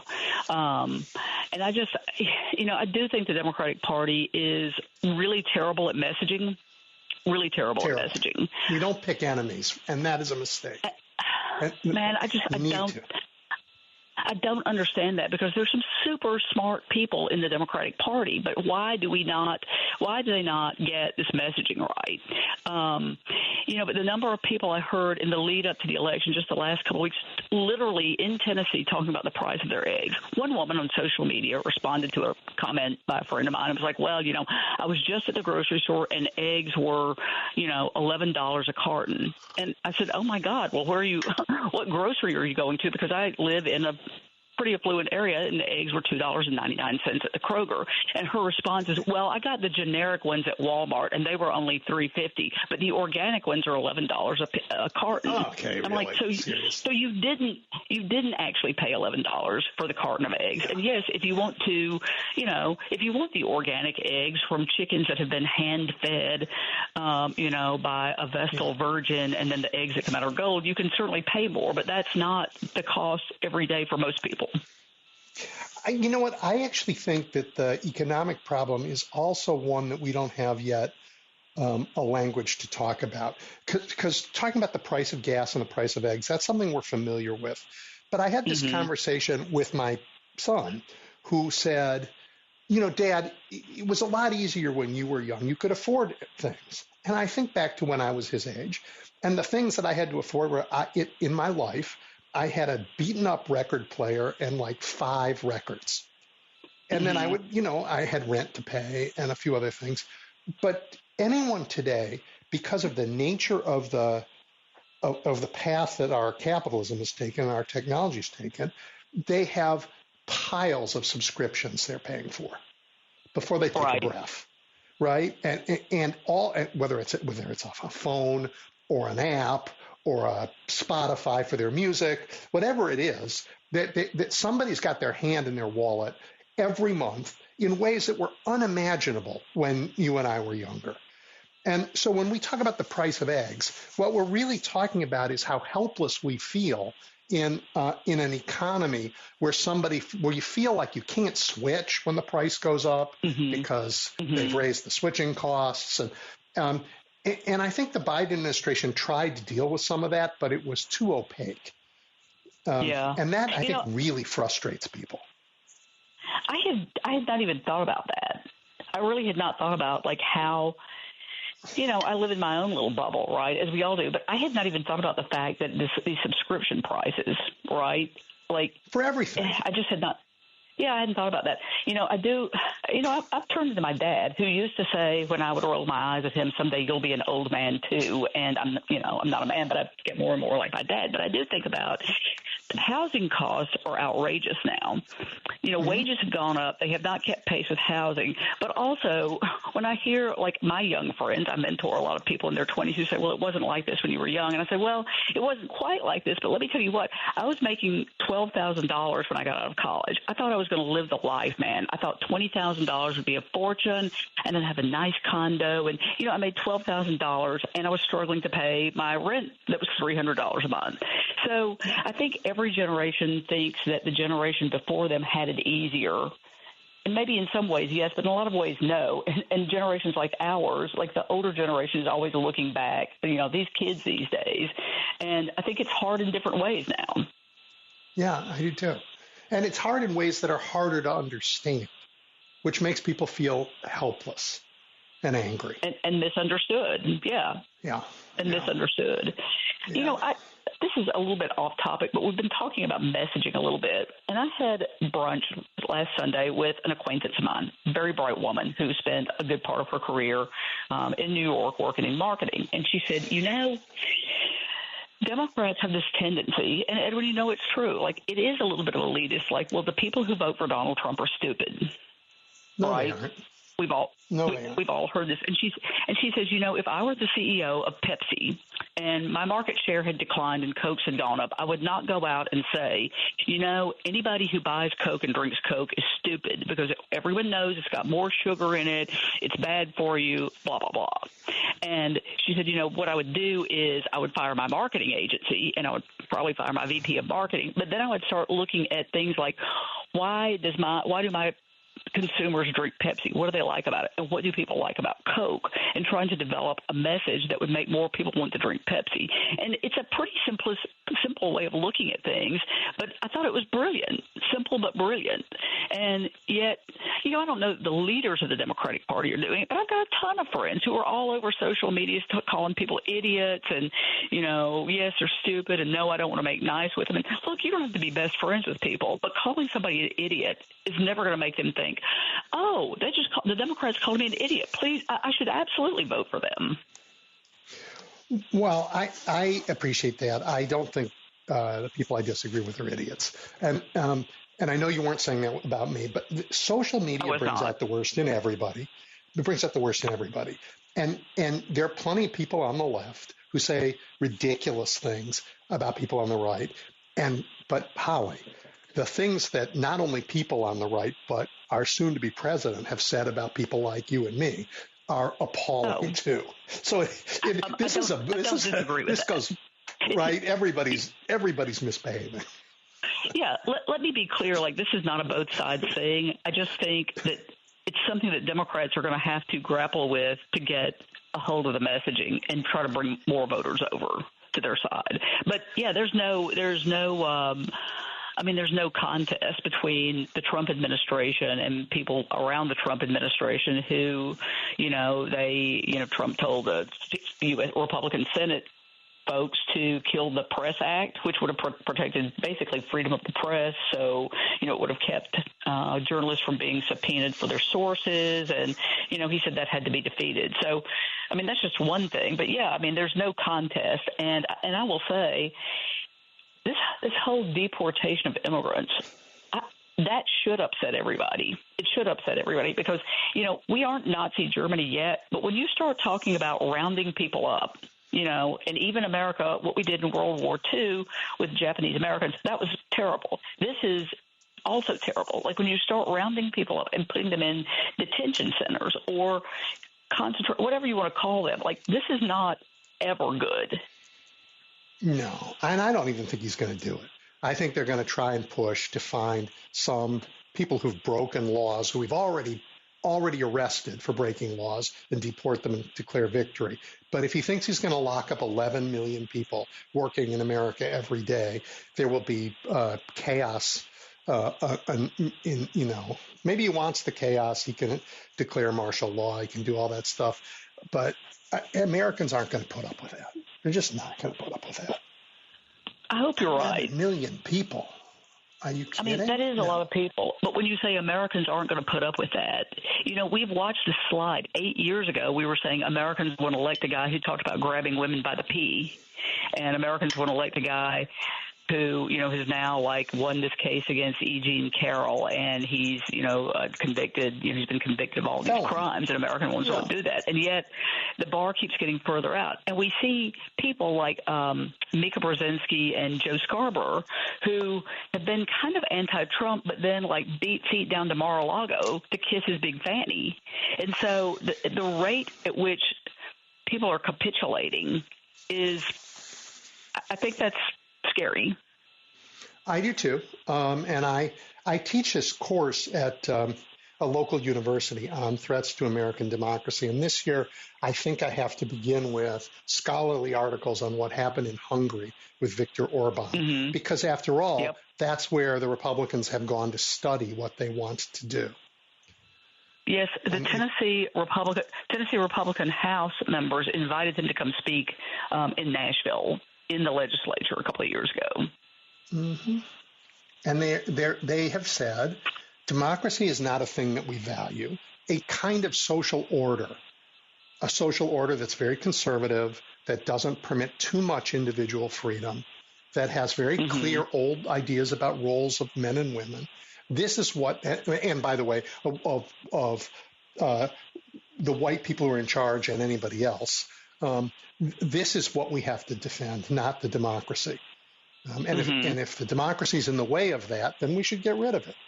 And that's terrifying. I wish I could take your class. That sounds fun. I don't know.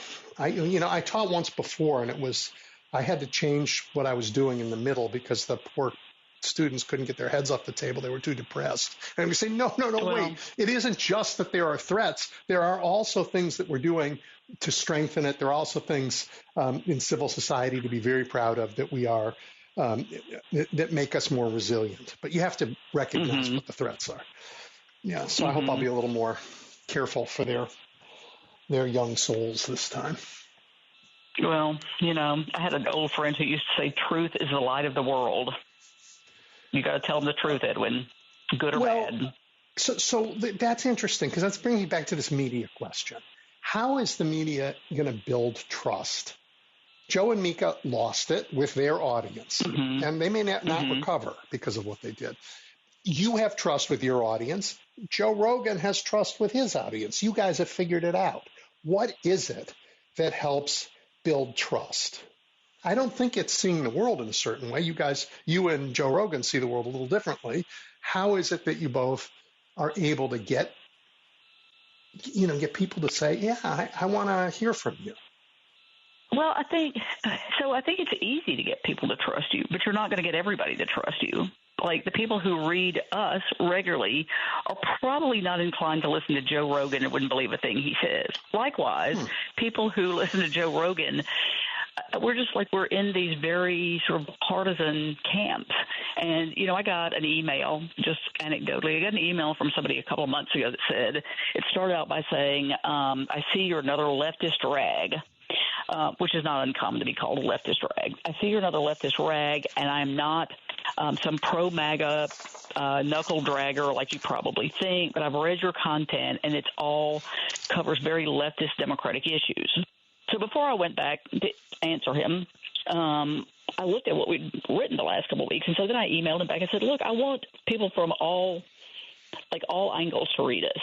And so I'd like you to tell me what you want to see and what you take issue with, because I'm looking back at our news stories over the last couple of weeks, and we are covering public schools and the renewed push for private school vouchers in Tennessee, and we're covering an environmental issue in West Tennessee, and we're covering the new Ford Blue Oval City factory that's going up in West Tennessee, and this and that. What do you have an issue with? And his response was, well, now that you mention it, none of those bother me. Well, and I said, well, please stay in touch with me and let me know. And if you see something that you think is too far left, let me know, because we are a nonpartisan outlet. Yep. And I want you to let me know if you see something that you think is problematic, if there's something you would like to see us covering. I've not heard back from him since then. We had a very, cordial exchange. It's also interesting to me, like even with Republican lawmakers, there is a separation between what they will say to me when it's just us talking and then what they will go on social media and say. Like to me, they'll say, hey, man, at least you guys are fair. Like I don't always agree with y'all, but you're fair and you come to me for comment and blah, blah, blah. Now, then they might get on social media. The same person might call one of our reporters, an activist and not a reporter. And it's the least activist person I've ever known in my life. But that's just the posturing in the public arena is also something. This is not exactly what you ask, but again, I think it's easy to build trust, but you're not going to get probably 50% of potential readers are not going to trust you. I think people are lonely in America, and they are, they are looking for voices that make them feel less lonely, they can associate with. But but because it comes from this,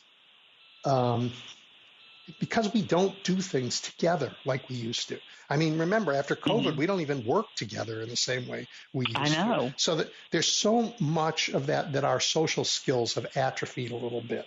And so people have sort of substituted wrestling for conversation.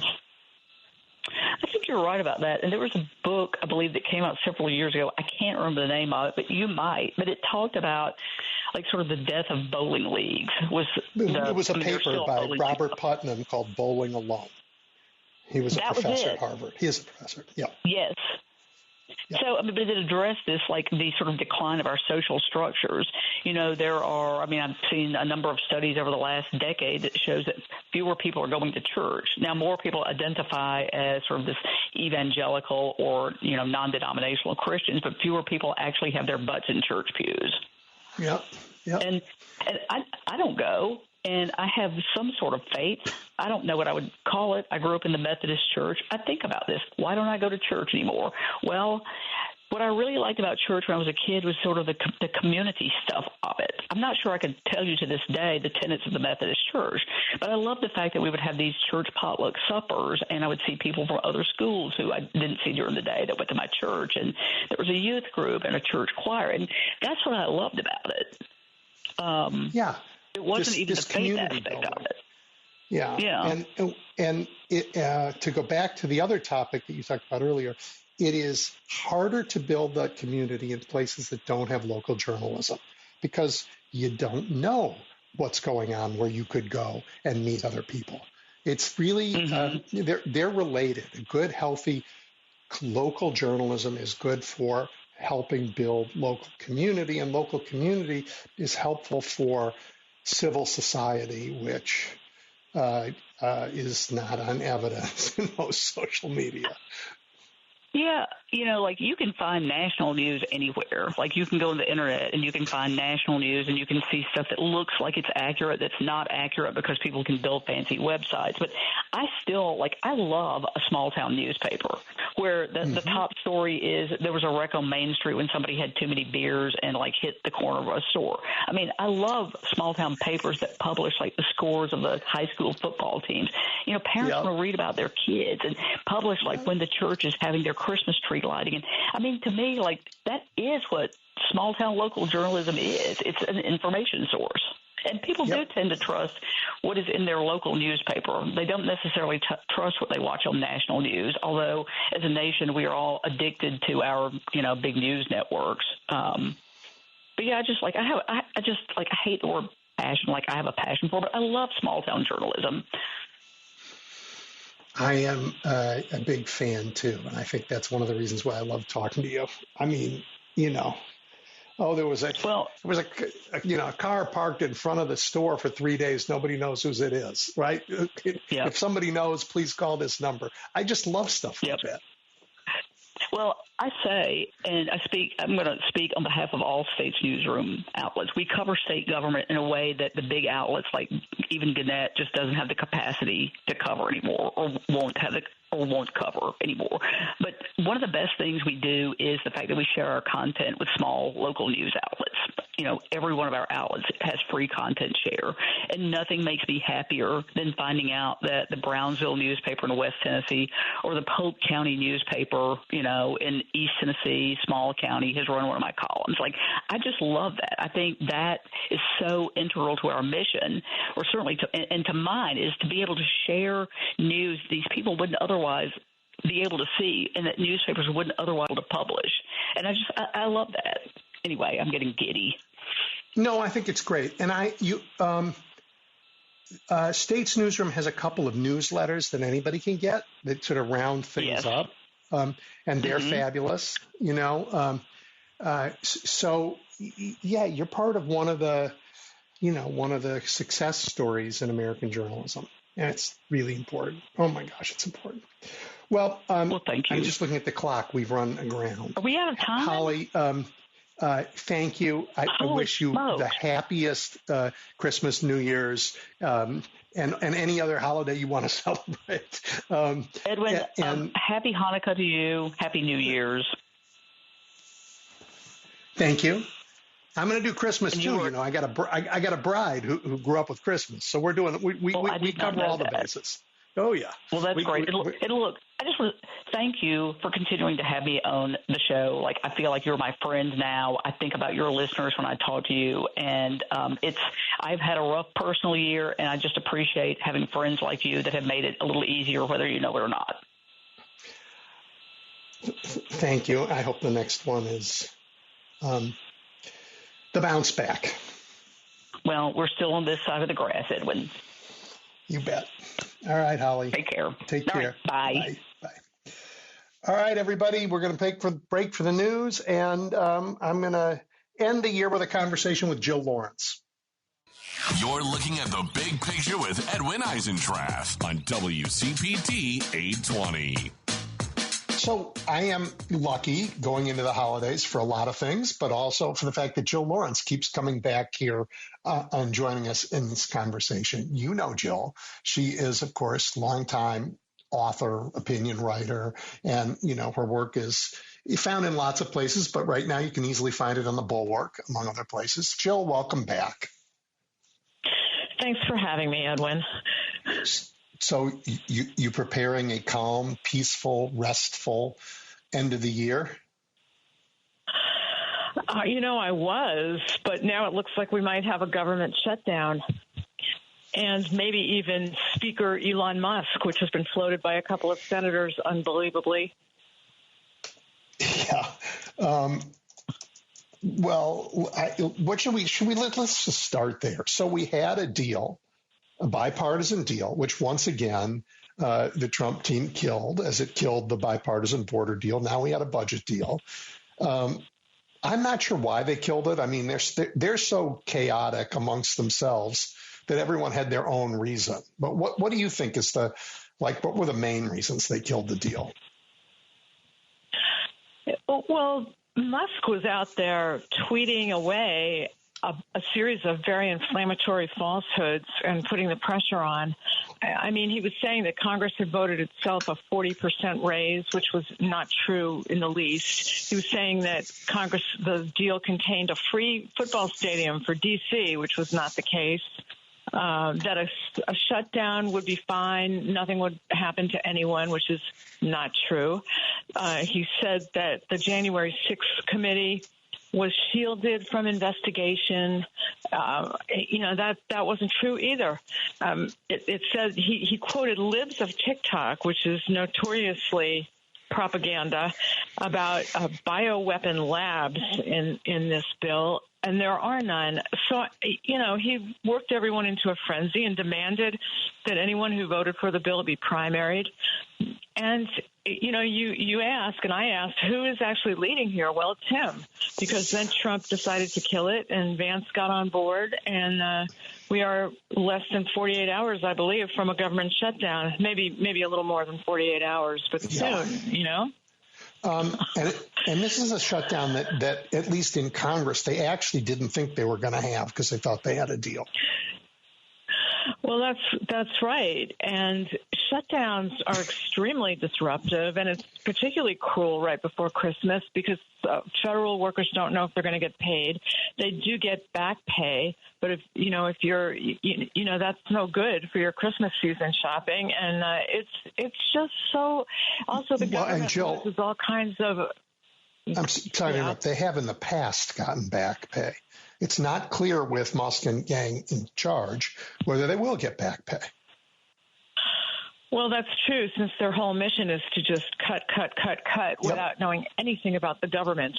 And I mean, I think Musk doesn't know anything about America. I mean, the whole thing is, I haven't written anything about it because it's too aggravating, to tell you the truth. All I do is shoot out really mad posts on social media. Well, what you've just said to me, Jill, is I asked you, what were the reasons they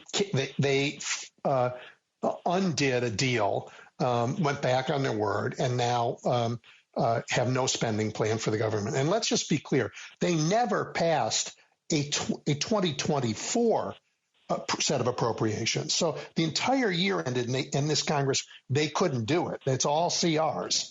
Right. So now we're talking about a CR to get to 2025, and they're going to fail at that. And I asked you the reasons, and every one you gave me is conspiracy theory BS. They have no real governing ideas.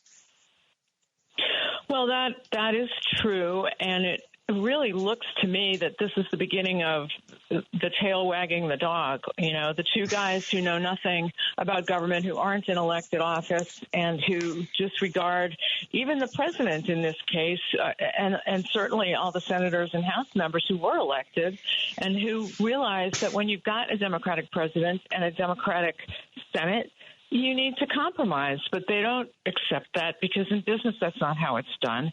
And we're definitely in a situation where the leaders of the country don't seem to have any sense of how to govern and how much it costs to run a country of 330 million people. Our budget is big because we're gigantic, and people need things and want things, and this has all been litigated, and legislated.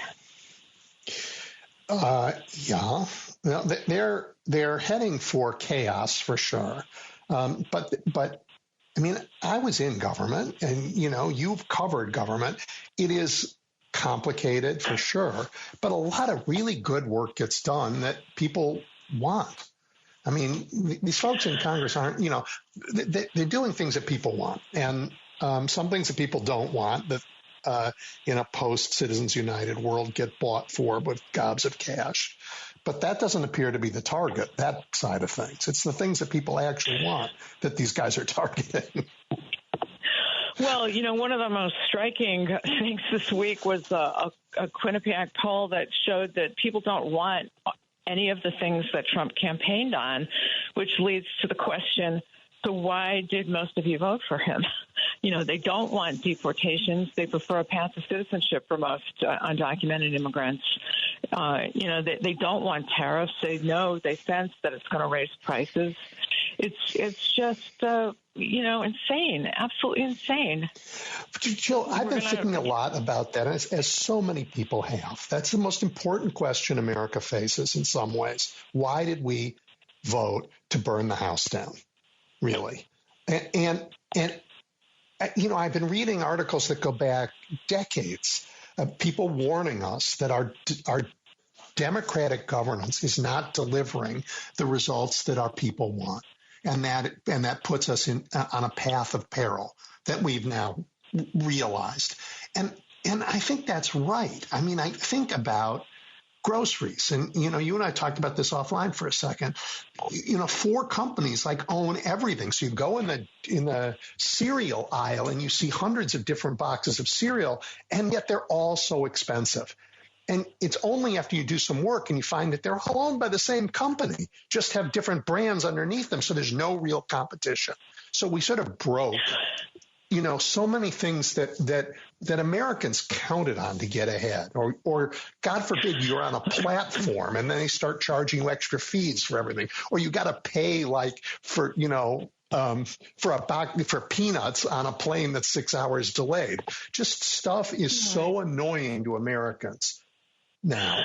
Well, stuff is so annoying, and yet they voted in a very counterproductive way. I mean, Lena Khan, who's the head of the Trade Commission, she's been great. She was against monopolies. She didn't allow a big grocery merger that would have sent prices even higher.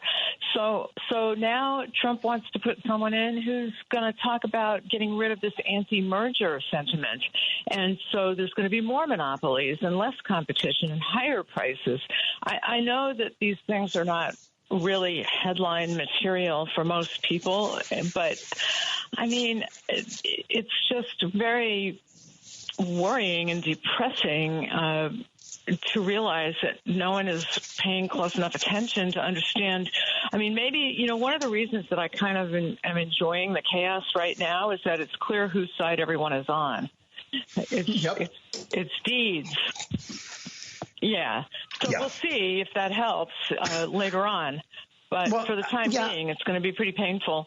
It's going to be painful. I mean, you and I are talking about exactly the same thing. I was sort of talking about why did we vote to burn it down? And you're saying that vote isn't going to help. And I completely agree with you. We lashed out in anger at our own democracy for its failings. And that anger is enormously destructive because it's given us this team of chaos agents who have studied Viktor Orban and want to destroy what's left of our democracy, but that doesn't deliver the results Americans want either. No, that's completely right. And I think, we're going to see more and more. Before in the first Trump administration, it was kind of like, the governors of Michigan and Washington State have not been nice to me, so I'm going to deny them COVID supplies. Or, California is not doing what I told them to do, so I may not help them with wildfires anymore. So now he's extending that to businesses, and that's why all these moguls are kowtowing. And, there's Jeff Bezos, who is really behind in the personal space race he has going with Elon Musk, and I'm sure he's pretty ticked off about it. So, he wants those government space contracts. It's so obvious if you just look at it. Right. Oligarchs turn out to be bad for any country they're in. We don't want to have that's not a model we want to import. No. The word oligarch doesn't really convey what we need it to convey. You know what I'm saying? It's kind of like I think we're going to see it in action, and that's going to help. Yeah. Because you start talking about autocracy and oligarchy and, people's eyes glaze over. And I think we're going to see it, though. We're already starting to see it now. What would be a better way to talk about it? Selfish, spoiled, billionaire assholes? I mean, what would be a better way to talk about it? Well, I think some people have started talking about it that way since Elon Musk is talking about how a government shutdown would be good for everyone and nobody would suffer. And a lot of people would, actually. A lot of people would. So, it doesn't make any difference to him. He doesn't depend on the government for anything.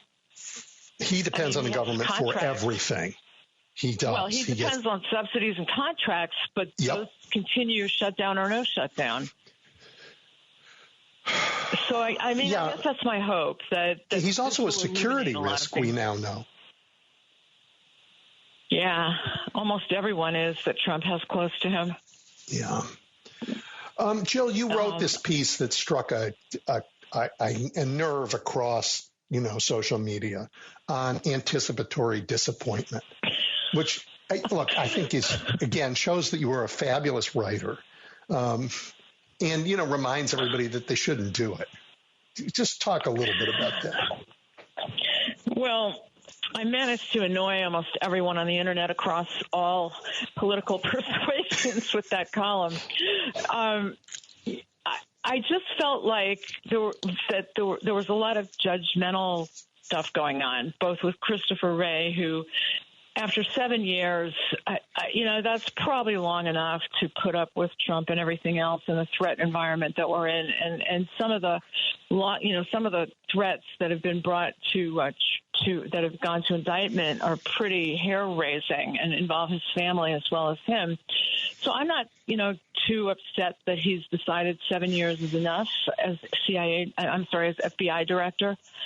And I don't blame Joni Ernst for keeping her powder dry on Pete Hegseth as defense secretary, because what is the point of putting herself in crosshairs right before Christmas and long before, these confirmation hearings are going to happen? We just got a date for his. It's January 14th. So why should she say, I'm not going to vote for him? She's already gotten all kinds of threats, political and otherwise. But people are already decided, she met with him, so she's going to support him. Well, I don't necessarily think that's true.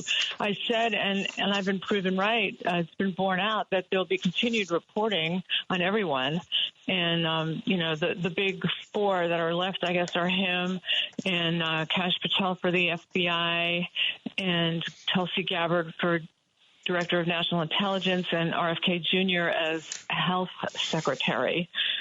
All, there's such a level of outrageousness that I couldn't even rank them. But I think, all it takes is 4 votes on each one from Republicans, 4 no votes to sink them. And I'm just still very hopeful that will happen. I don't think it behooves anyone to get out there in advance and say, I can't vote for this person. They're waiting on FBI background checks. They're waiting to get questions. And there's plenty of time for them to fold. But there's also people who, like Mitch McConnell, I really doubt he's going to run for re-election in 1982. In 20, he is 82. I don't think he's going to run in 2026. So what does he have to lose? He's got a lot to gain because his reputation is pretty awful at this point, but his legacy could definitely improve if he blocks some of these people, and he's got personal reasons to do so. He had polio before there was a vaccine, and we still see the effects of it in him. He's very, very pro-Ukraine, anti-Putin, and we'll see what happens. What is it?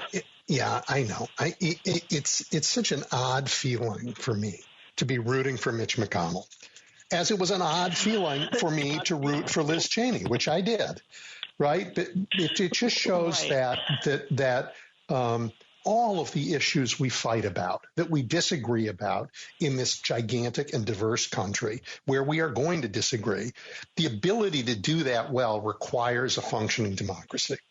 And if Mitch, who I disagree with about almost everything and actually blame him for some of the trouble we're in, same with Liz Cheney, but when we got to this point, they're going to stand on the right side, I think. And she did, and I think he will. And that means, today they're my friends. Well, I think that was, the Reagan philosophy. If you can only get 80% of the loaf, you can't hold out for 100%. But, this goes to one of the problems I'm having on social media these days, because people just paint with a very broad brush. And on X, it was conservatives doing it. And on Blue Sky, it's a lot of very lefty liberals who are saying, all Republicans are fascists. Well, no, I don't think so. And, do I agree with Mitch McConnell? I've never been as angry as anyone in public life as I have been at him. And in January, I wrote about his awful legacy on the court and with Trump. He's forever got, he gave us Trump. He could have taken him off the stage. It's his fault. That's right. And absolutely, it is his fault. He had the best shot at doing it, and he passed it by and decided to rely on the court system. I mean, the ironies of it are terrible because the guy that he blocked from the Supreme Court, Merrick Garland, who would have been a great justice, ended up as a very passive, overly patient and procedural attorney general who killed the chances to get Trump off the board. So he's paying for it. But, if he votes to against RFK Jr., that'll go a long way. Take the help where you can find it. Take the wins. Well, and remember, they were talking about not even having confirmation hearings at one point. And right. The senators, and Republicans included, said, no, sorry, the Senate exists, and we are not going to immediately, we're going to flirt with being subservient to the executive branch, but we're not immediately going there. And it gives us time to actually save them. Right. But the administration is, they were going to skip FBI background checks too. Yes, and they were. They know a lot of these people can't get security clearances. I don't even know if Tulsi Gabbard could get one. We'll see. Well, Jared couldn't get one, and he ended up in a big role. So Donald Trump does not care. This is the man who brought Sergei Lavrov into the Oval Office. He does not care. I know, but Jared was not a confirmable position, and Tulsi is. So, they talk like mob bosses. Trump won, and everyone needs to, snap their, salute and say, yes, sir. Yeah, but we don't. You ask. We don't. Well, and they don't understand that all these people in the Senate also won. They are independent power centers. They have their own electorates and their own responsibilities.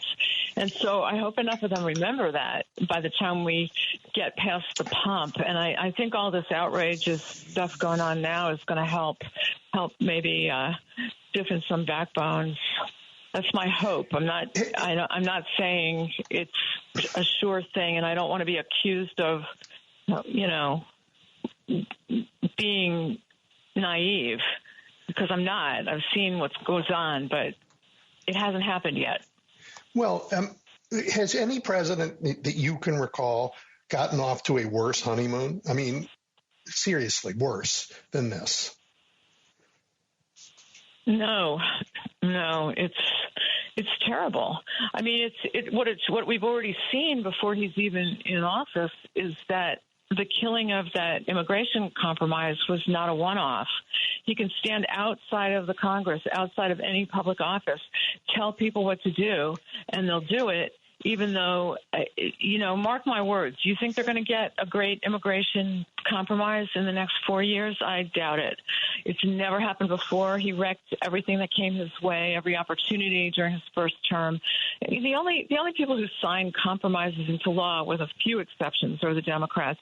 Trump got a criminal justice reform bill. Yep. But I don't believe that was his initiative. That came from Congress, and he signed it because it was very bipartisan. But if you look at what Biden's done, history is going to be kind to him. I say that and people laugh at me, but I do think that what his term has suggested is the person, the personality and the person and the communication skills are really important. And I think that Harris had developed some good ones and would have done better with a longer time to introduce herself. Yeah, I thought for sure history would be very kind to Joe. I now think it depends on what happens in the next few years, because every president has to protect America from the biggest dangers it faces. And if Donald Trump is the biggest danger America faces, Joe did not protect us. So we'll see. I mean, he went to address things that are very important, and I love what he did, but it's a political job, and the politics, he failed us, and he left us open to the most dangerous thing that could happen. I think that that's true of the lawmakers as well with Congress, because, I published, when I was an editor, I accepted and published so many op-eds from people like Christy Whitman and Preet Bharara and, other people who know the law who kept suggesting all kinds of democracy reforms to safeguard our institutions and our traditions that are just norms still. And that has not happened. And I think that was a big oversight. That should have been a major priority. Yeah, and it was H.R. 1. Most of them were in H.R. 1 a few years ago, and it didn't pass, courtesy of Right. Joe Manchin and Kristen Sinema. And not a single Republican, I might add. So I want to blame those too, but I don't want to blame them completely. Not one Republican, not one stood up for the democracy. Well, yeah, and that's it. The same thing is true of the Inflation Reduction Act, which has all kinds of cost savings in it, like Medicare negotiation with pharmaceutical companies, saving a lot of money for the feds and a lot of money for senior citizens. So, and it's also, they're standing in the way of permitting reform, which would help environmentally conscious projects as well as other kinds of projects that I think people acknowledge at this point, or most people do, that we need for the energy transition period. Yeah.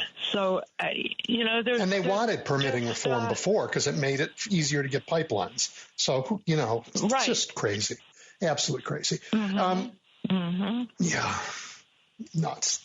It was almost in this continuing resolution, permitting reform, and they dropped it out. I'm not sure who did that, but, it would have been good. Would have been good. I have so many things I wanted to ask you about. Brett Stevens in the New York Times. Oh, my. Yeah, that was pretty awful. How does he do that? Does it just, you have to, I've never had this problem because I write when I want to write. I've never had to write, every day, every week, 4 times a week. Do people just run out of things and say stupid stuff? I think that was very deliberate. I just don't understand. It doesn't make it not stupid. Well, that's true. I don't understand it at all. I think one of the definitive thing I saw in it was at the Bulwark by Jonathan Last. Just, this is insane. It was worse than Never Trumpers said it would be, not better. Yeah. I mean, we didn't overstate the threat. I mean, it's the reason that I've been so comfortable at the Bulwark, which is, most of the people there are more conservative than I am, but there's so much meeting of the minds on places Republicans and conservatives used to be, anti-racist, pro-immigration, and pro-democracy and rule of law and pro-good character and, pro-compromise, pro-moving engaged in the world. Engaged in the world. Right. Yeah. Well, if there's a cause that's just, if there's a dictator that must be stopped, America's on the right side with Ukraine. And I just hope that, I don't know what I hope for that. It's going to be very difficult, but we'll see what Biden can do in the next couple of weeks to get things moving. I have a thought, and I've asked people about this. I want to get your sense. Donald Trump is,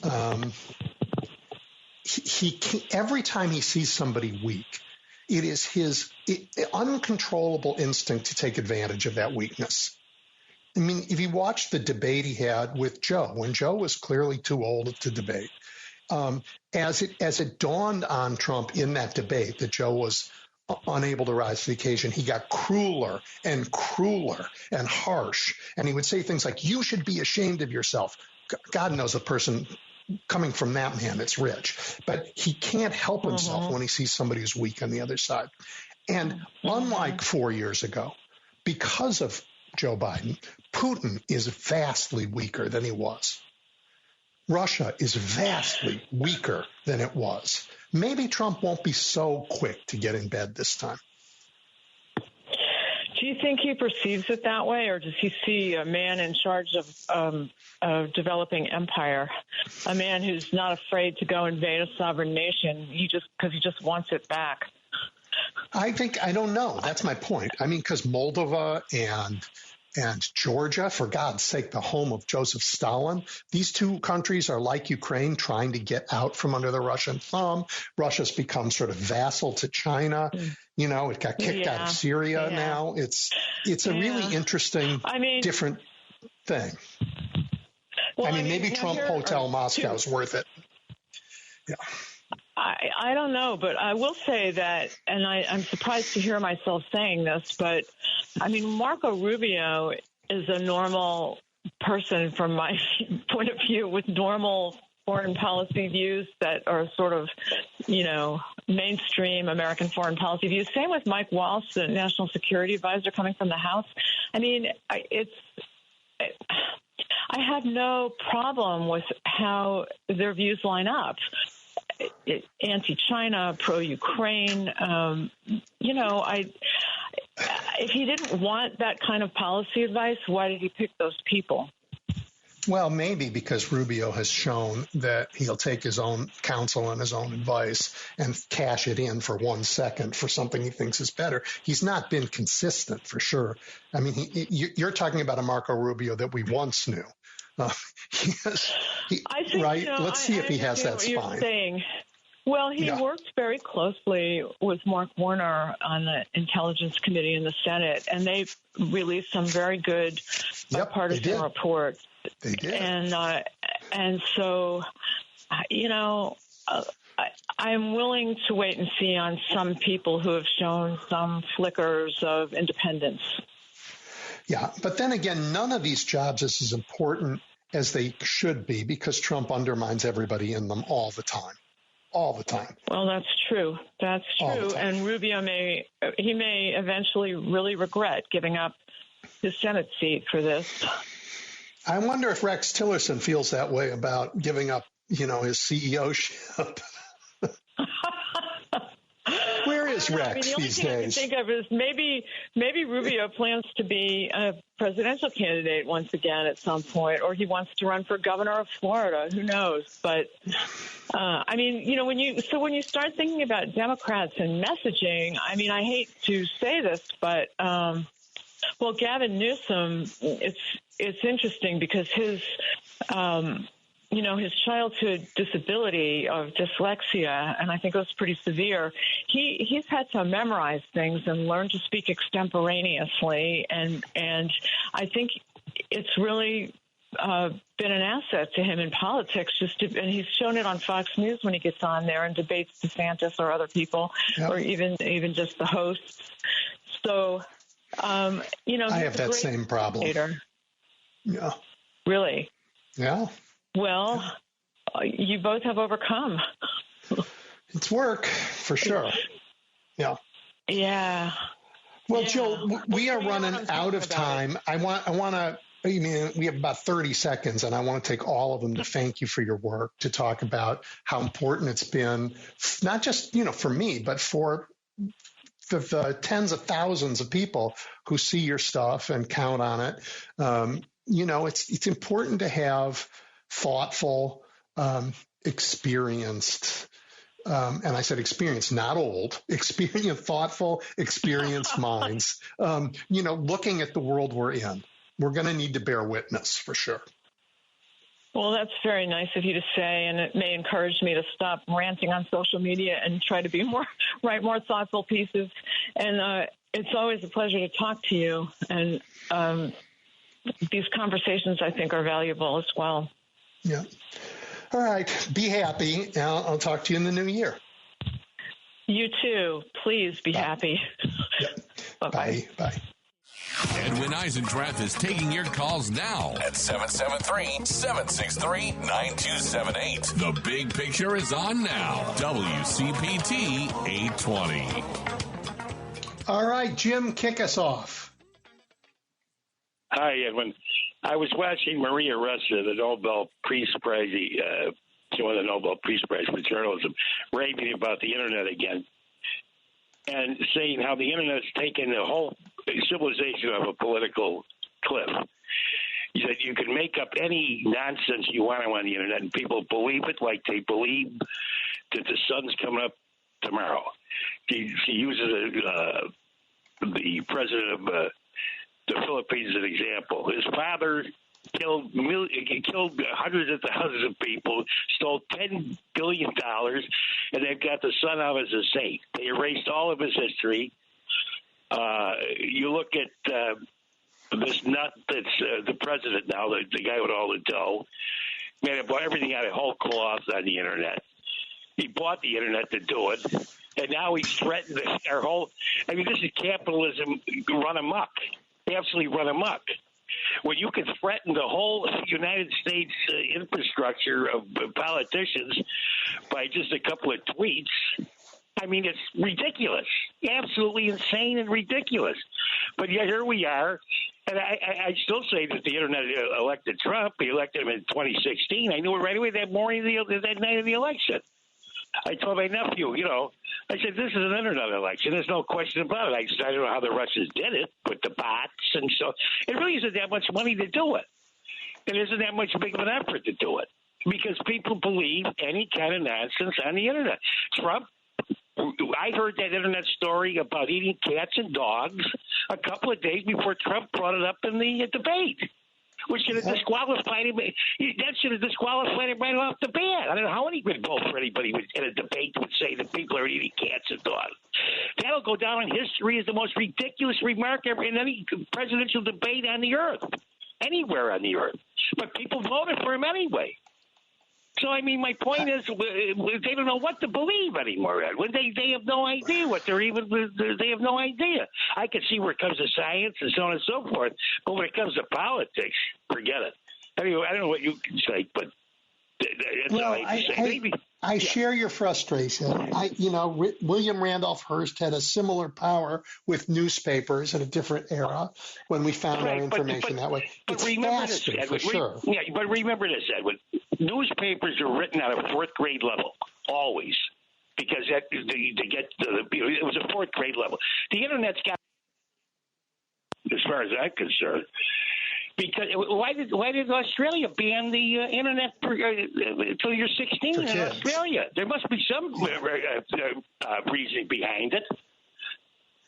You follow me? Yeah, there are definitely public health. I mean, not just political, but public health issues. Political's even worse. Political's even worse. Yeah. Look at it's done to our medical system. I mean, come on. We're the worst. What are we? 39th, 49th on the earth in medical outcome now. It's sinking fast. We're first in costs.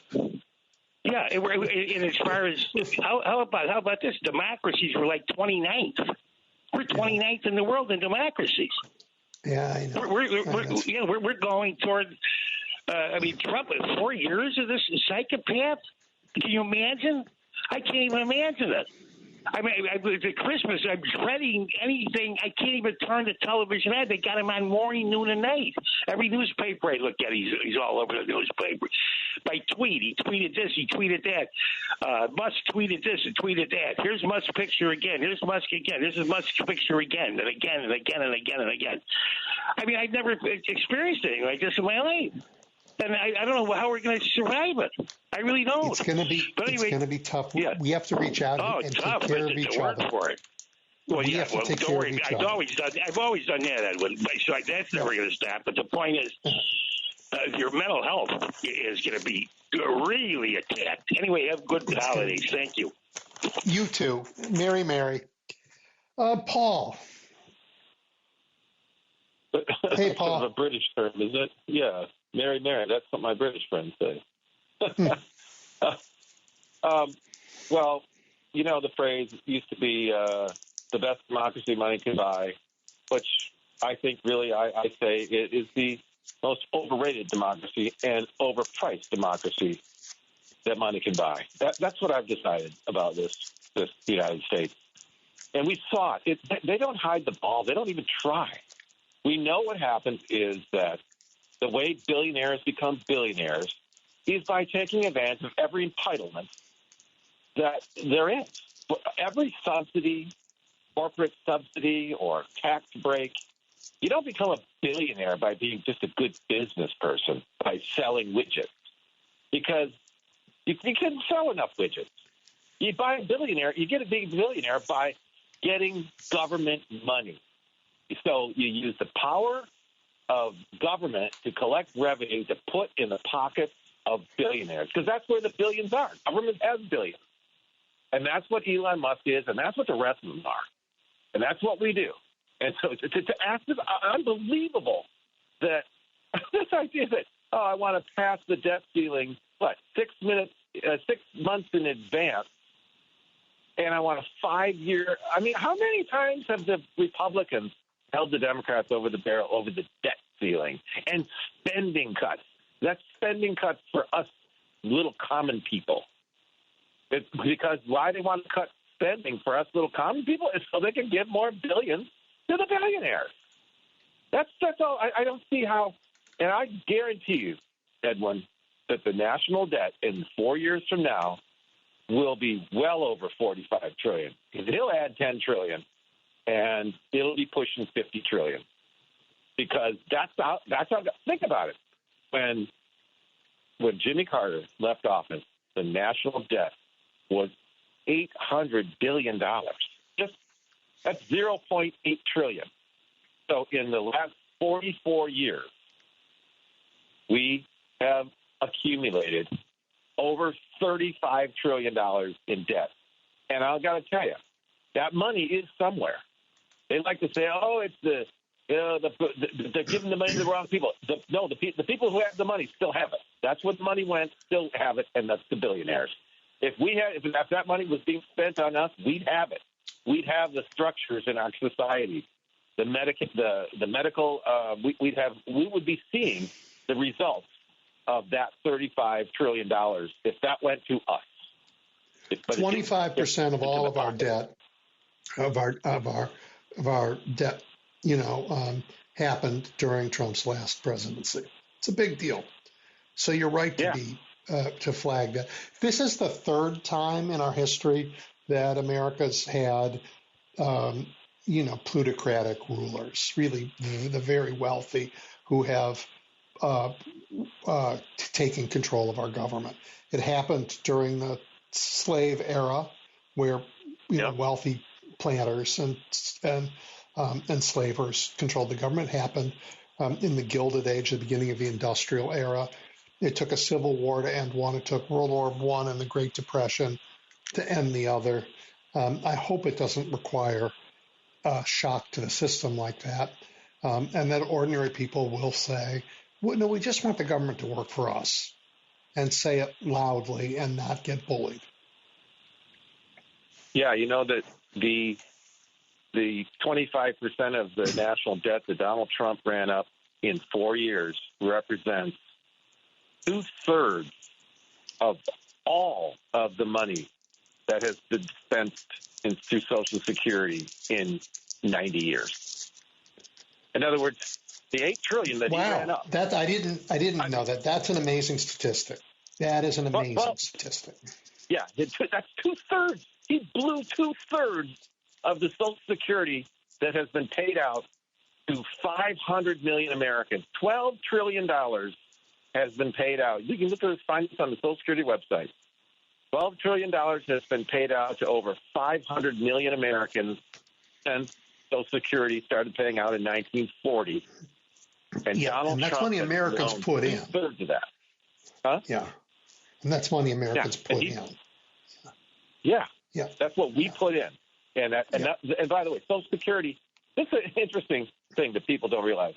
In the Supreme Court court case Goldberg versus Kelly, 1970, it was about pertained to due process with regard to entitlement.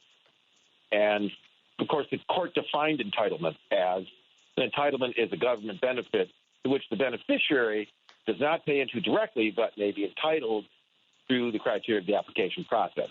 And I was interested when I read about this, but this applies to things like military contracts. Those are entitlements. And by the way, so are, and Social Security and Medicare are not, because, of course, we pay directly into those through our FICA payroll tax. But being a Medicare Advantage provider is an entitlement, because you have to apply for it, and you can only sell those insurance plans through Medicare. Okay, so in other words, the money that we receive through Medicare Advantage or whatever through Medicare is not an entitlement, but the money that we pay to them is an entitlement. It is. In other words, they're the grifters. It's just ironic. I think you told me this last week. I remember this. It's interesting. Yeah. It's a really important. Now they dictate how our rates are going to go up and how that we're not going to be covered with the money that we've already paid in. Well, one of the things that they went after the Republicans in this attempt to stop the government the last couple of days was for the first time a real effort to get at some of they're called healthcare benefits managers, the middle organizations that help drive up the cost. And we finally started to pay attention to that, and of course Republicans freaked out. Yeah, well, and then I think the guest you had on last week, I can't remember the man's name, was talking about the subscription economy that we all belong to. We keep having to pay. Dave Roberts. Yeah, I mean, it's like iTunes. Fortunately, most of the iTunes that I have, the songs, were when you could download it, and I saved them to my computer and just converted them to MP3 files. So I own most of those. Now you get to just listen to them off the cloud, kind of like off the iTunes cloud. It's kind of like every other service, music listening. So you don't actually get to own it like you do when you buy a record. It's really not yours. You get to use it. And this is the whole thing with software. I don't know how many, and I'm going to cancel all these plans. I have to use software for my adaptive software because to use my computer, I need a screen reader. I can't believe that $170 a year for something I used to be able to just download out with a CD-ROM, and now I have to pay a subscription for it. It's just like for everything. Ridiculous. Crazy. Well, listen, have a wonderful holiday. I hope your new year starts off well. Get some rest because we got to saddle up for a big one next year. Saddle up. There you go. Thanks, Ed. You bet. Bye. All right, David, you're next. Oh, thanks, Ed. First of all, happy Yolda. I think today's the solstice, so that's the oldest holiday known to man, and that was called Yolda. Hey, that previous caller, we've got a lot of opportunities here, and the easy one, Christmas time being the biggest purchasing time of the year, is to boycott Project 2025. And when you start to wrap your presents, an important thing to remember is that the company Yulin is a very important one that has to do with packing supplies. The cardboard boxes that go through UPS and FedEx and whatnot, the post office. That's Yulin. Boycott Yulin at Christmas. You make those babies cry. And unfortunately, out here in San Francisco, we basically gave President Musk a big tax break when he bought Twitter.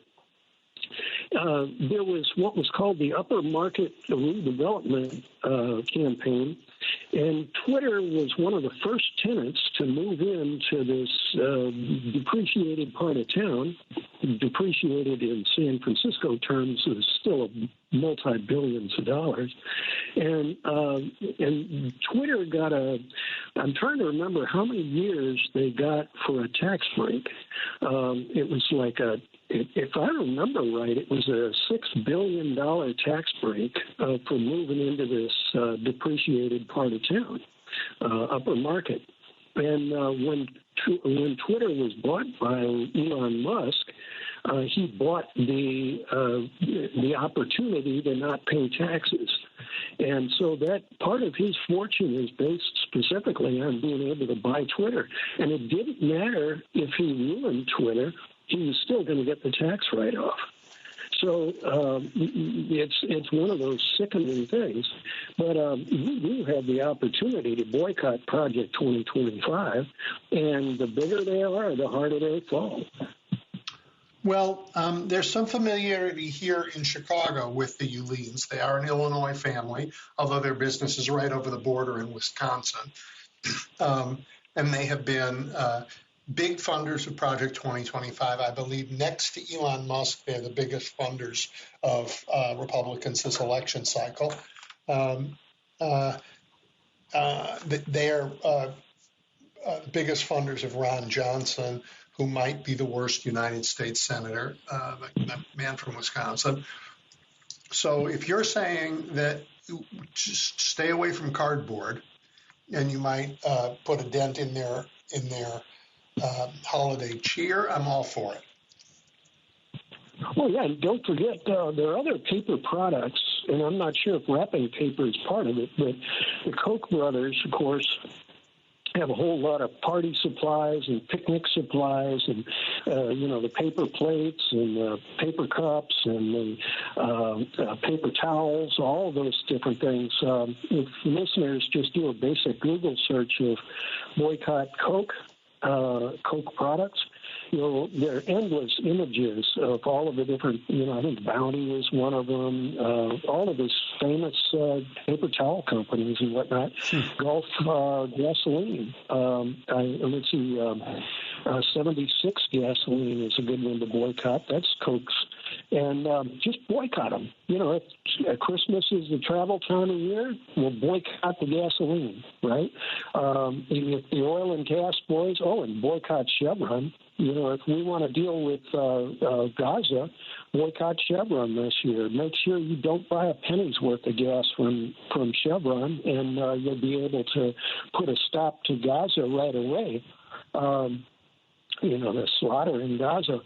Oh, one last thing. You were a correction. You were talking about Carter's. As Carter was going out, his debt, his national debt. If I remember right, it was $56 billion. And Ronald Reagan was the one that got it up after his 4 years. I think it was $600 billion. And Carter's worst was $56 billion in debt. So, I'm not sure where that you had quoted $800 billion. I don't believe. Yeah, that wasn't right. me, but yes, it was on the show, and I'm not familiar with the exact numbers. Yep. Yeah, no, I remember looking it up during Reagan or during George Bush the first, and that was. Jimmy Carter's worst year was beat out. What is it? 600 is 12-fold over Jimmy Carter's worst year. All right. Wow. Interesting. Well, I hope I'm glad you're listening out there in San Francisco, and I wish you a happy Christmas and a happy New Year. And, we all have a lot of things to be grateful for. I know this is mostly a political show, and and those of us who share the politics on this show, politics is not something we're happy about this year. But I am grateful and to everybody who's listened, to everybody who's called in, to everybody who participated in this election cycle, to the fact that we are able to participate in election cycles, that we can make our voices heard, even when people don't want to listen. And we saw some of that just this week when the incoming administration, tried to wreck a spending bill at the end of the year, tried to shut down the government over the holidays. And you know what? Americans didn't like it, and Democrats stood firm and pushed back, and so did some Republicans, and it didn't happen. Donald Trump wants to do things. He says he wants to do things that Americans do not want. And he says, I will take the power because I won a great mandate. Well, he didn't win a great mandate. He will be given a lot of power, but not all the power. We are not helpless. They want to do terrible things. We do not have to let them do terrible things. And I hope that through this trial, and it will be a trial, we come through stronger, but it has to start right away.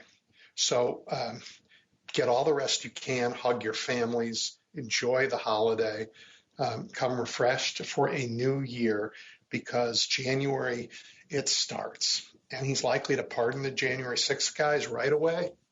Oh my gosh, that tells you what he thinks about the rule of law. Let's stop these terrible nominations.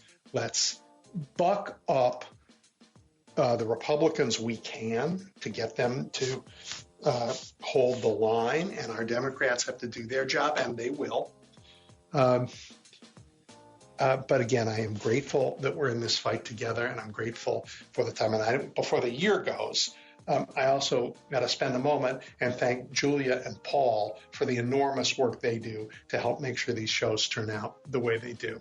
So, guys, thank you all. I look forward to picking this conversation up in 2025. Take care.